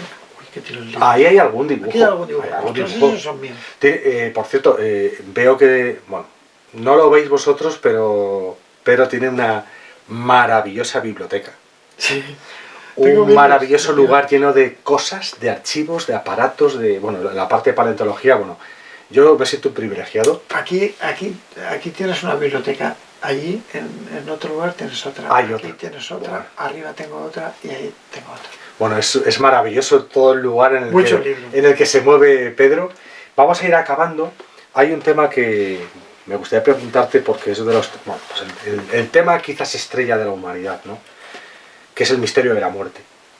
Y me gustaría preguntarte, tú personalmente, ¿qué sientes ante ese momento tan especial? Bueno, Fernando Sánchez Dragó le escuché decir en un programa que el momento más importante de nuestra vida es el momento de la muerte. Sí. Y que había que pensar un poquito en ella cada día. No de forma oscura ni que nos dé pánico, de otra manera, ¿no? Pero tú personalmente, ¿cómo te sientes ante ese momento? Y bueno, por supuesto, ¿qué sientes, intuyes que no hay nada? Bueno, ¿sabes lo que me dijo Fernando Jiménez del Oso? Cuando yo muchas veces hablaba con él de la muerte. Y yo le preguntaba, bueno, Fernando, ¿tú crees que existe una vida después de la muerte? Y él me dijo, dice, qué aburrido sería si no existiera. Y yo creo que en cierto modo tiene razón. Qué bueno. Da mucho, la respuesta da para mucho, ¿eh? Yo creo, mira, yo siempre he pensado que la energía ni se crea ni se destruye, solo se transforma. En esencia, nosotros somos energía pura, energía humana. De hecho, formamos parte de esa evolución energética de las cosas. E incluso sabemos perfectamente que nosotros nos moriremos, evolucionaremos y por supuesto nuestra propia energía humana, mental, anímica, saldrá de nuestro cuerpo y se transformará en otra cosa. Quizás, y solo quizás, esa energía que parte de nuestro cuerpo conserve todavía ese indicio de inteligencia, ese indicio de fusión. Yo hablo en el libro de una hipótesis que yo empecé a plantear en mis primeras investigaciones sobre la hipótesis de la transformación energético-sonora. La transformación energético-sonora, al fin y al cabo, era la adaptación de la onda portadora a las famosas psicofonías por absorción, que ya en aquel entonces empecé a trabajarlas, ¿no? Todavía no las tengo claras, pero ahí están. El por qué una psicofonía por absorción contiene fragmentos de ruido, de sonido, y que forman parte del lugar donde se ha obtenido, ¿no? Y el por qué una psicofonía natural, espontánea, tiene esa pauta de tono y timbre, ¿no? Y el por qué una voz paranormal también. Hay distintas fases, ¿no? Pero todo conduce a que existe una energía. Y si esa energía forma parte de nuestra propia esencia inteligente, no cabe duda que tiene que haber una inteligencia detrás. Y esa inteligencia, quizás, que no haya salido de la nada, tiene que haber sufrido una transformación por el principio de la conservación de la energía, el primer principio de la ley de la termodinámica, ¿no? Entonces, ¿de dónde ha salido esa energía? Es más fácil pensar que existe un más allá o una dimensión paralela donde puedan llegar a existir este tipo de entidades, las cuales se comuniquen con nosotros y que estén ahí, no esperando que nosotros contactemos, sino viviendo del mismo modo que nosotros estamos viviendo. Ajá. Te voy a responder con una aventura de misterio. Yo la dejo ahí para que la veáis. Cuando una compañera y yo fuimos a grabar a una cueva y hacemos una pregunta, ¿no? Aparece una entidad a través de la transcomunicación psíquica, Ouija, donde yo pregunto, ¿cómo es vuestro mundo? Nos explican cosas. Entonces, vosotros, o sea, estáis muertos. Y me responde una señora llamada Filomena. No, no estamos muertos. Entonces, ¿estáis vivos? Sí, estamos vivos. Y entonces, ¿cómo nos veis? Y me dicen, muertos. Vaya órdago. Entonces, ¿quiénes están muertos? ¿Ellos o nosotros? No viviremos en un momento como la película Los Otros, ¿no? Que no cuento nada, pero ahí la dejo, donde Amenábar refleja un poco esa esencia de lo que puede llegar a ser. Mira, un amigo mío, Sergio Villoldo, que en este canal también aparece, dice que realmente tu vida, mi vida, el tiempo que estamos en este plano, es un sueño. Que cuando salimos de este sueño, salimos a la realidad, y él lanza la pregunta, ¿y quién te está soñando?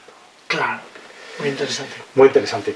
Pues veo que, bueno, lo importante es no sé, que a la muerte le demos ese barniz de misterio, de curiosidad incluso Claro. existencial, y no ese barniz de horrible pánico y terror que producen muchos seres humanos. No podemos tener miedo a la muerte. De hecho, nuestro cerebro, desde que nacemos, está protegido literalmente para evitar el tema de la muerte. Sí, hay personas que tienen una alteración mental y que están preocupadas por la muerte y son personas que no pueden vivir bien. Sí, sí. Entonces, sí, cuando nuestra propia evolución nos ha llevado por ese derrotero, algo de realidad tiene que tener. O sea, la naturaleza, yo creo que es bastante... sabe todas. Por supuesto. Bueno, la verdad es que, mira, Pedro, que es un placer la conversación, un placer la entrevista, porque además tienes una capacidad comunicativa muy buena. Bueno, llegas muy bien al telespectador y, bueno, agradecerte otra vez tu tiempo, tu conocimiento, tu estudio y, bueno, yo lo que todo el rato estoy pensando es, mira, dentro de un tiempo habrá que hacer otra, porque claro, es que esto abre tantas puertas, todo lo que has hablado, bueno, puertas y ventanas, claro. y ventanas, así que muchísimas gracias. Por cierto, tú estás también en redes sociales. Sí. ¿Estás en Instagram? Sí, en TikTok ¿Facebook? y Facebook y ¿Nos queda alguna? Twitter también. Twitter. Bueno, buscarle porque está en redes sociales y bueno, Aventura del Misterio en YouTube. El gran libro de las psicofonías, que es el que me acabo de leer yo.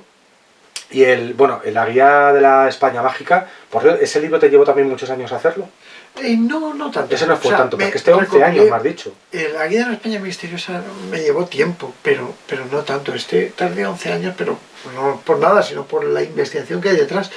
La guía de la España misteriosa es una recopilación... Perdón, misteriosa, no mágica. Sí, perdón. Mágica es la de Atienza. Perdón. Que ahora estamos ahí preparándole Javier Sierra, Jesús Callejo y yo, también, entre otros, un homenaje ahí a toda su producción, muy interesante. Bueno, pues eso, Juan García Atienza, tenéis libros también por ahí de él. Sí, bueno, un sabio. El maestro fundador, como tú has dicho antes. Toma ya. Sí, del tema de las guías de la España mágica. Ese. Y bueno, a mí me supuso un antes y un después, sobre todo escribir este libro, ¿no? Cuando me lo pide Planeta, yo no sabía si podía escribir una guía de España, ¿no? Porque yo al final me hice un poco a la idea y bueno, metí ahí más de 700 casos distintos, recorriéndome España por todas partes. ¡Qué barbaridad! Todas ¡Qué las trabajazo! provincias y todo. Y me encantó, porque iba a los sitios y aprendía cosas. Y te gusta viajar de todas formas, ¿no? Me encanta. Te gusta viajar. Claro. Bueno, antes de terminar, una última pregunta y ya vamos a terminar, pero ¿hay alguna época de la historia de la humanidad o cultura concreta Prehistoria. que a ti, la prehistoria? Me encanta la prehistoria. Especialmente la prehistoria. Sí. De la prehistoria, me encanta toda la historia en general. Disfruto con todo, pero la prehistoria me encanta. No sé por qué. A lo mejor es que soy la evolución de un prehistórico. En Atapuerca se pueden conseguir buenas psicofonías. Yo creo que Hay sí. que bajar. Bueno, pues... En fin. Bueno, mandar un beso a Esther, allá donde está. Sé que está pendiente de esta entrevista. Te siguió mucho. Y lo hemos disfrutado mucho contigo, así que no puedo pasar sin mandarte un beso muy grande. Sí. Miguel, nuestro compañero técnico hoy, muchísimas gracias por tu trabajo. Y bueno, pues hasta la próxima entrega de Salinas TV. Sabéis que Salinas TV también nutre a Geopolítica Cuántica. Pedro, muchísimas gracias. Gracias, querido. Siempre un verdadero placer.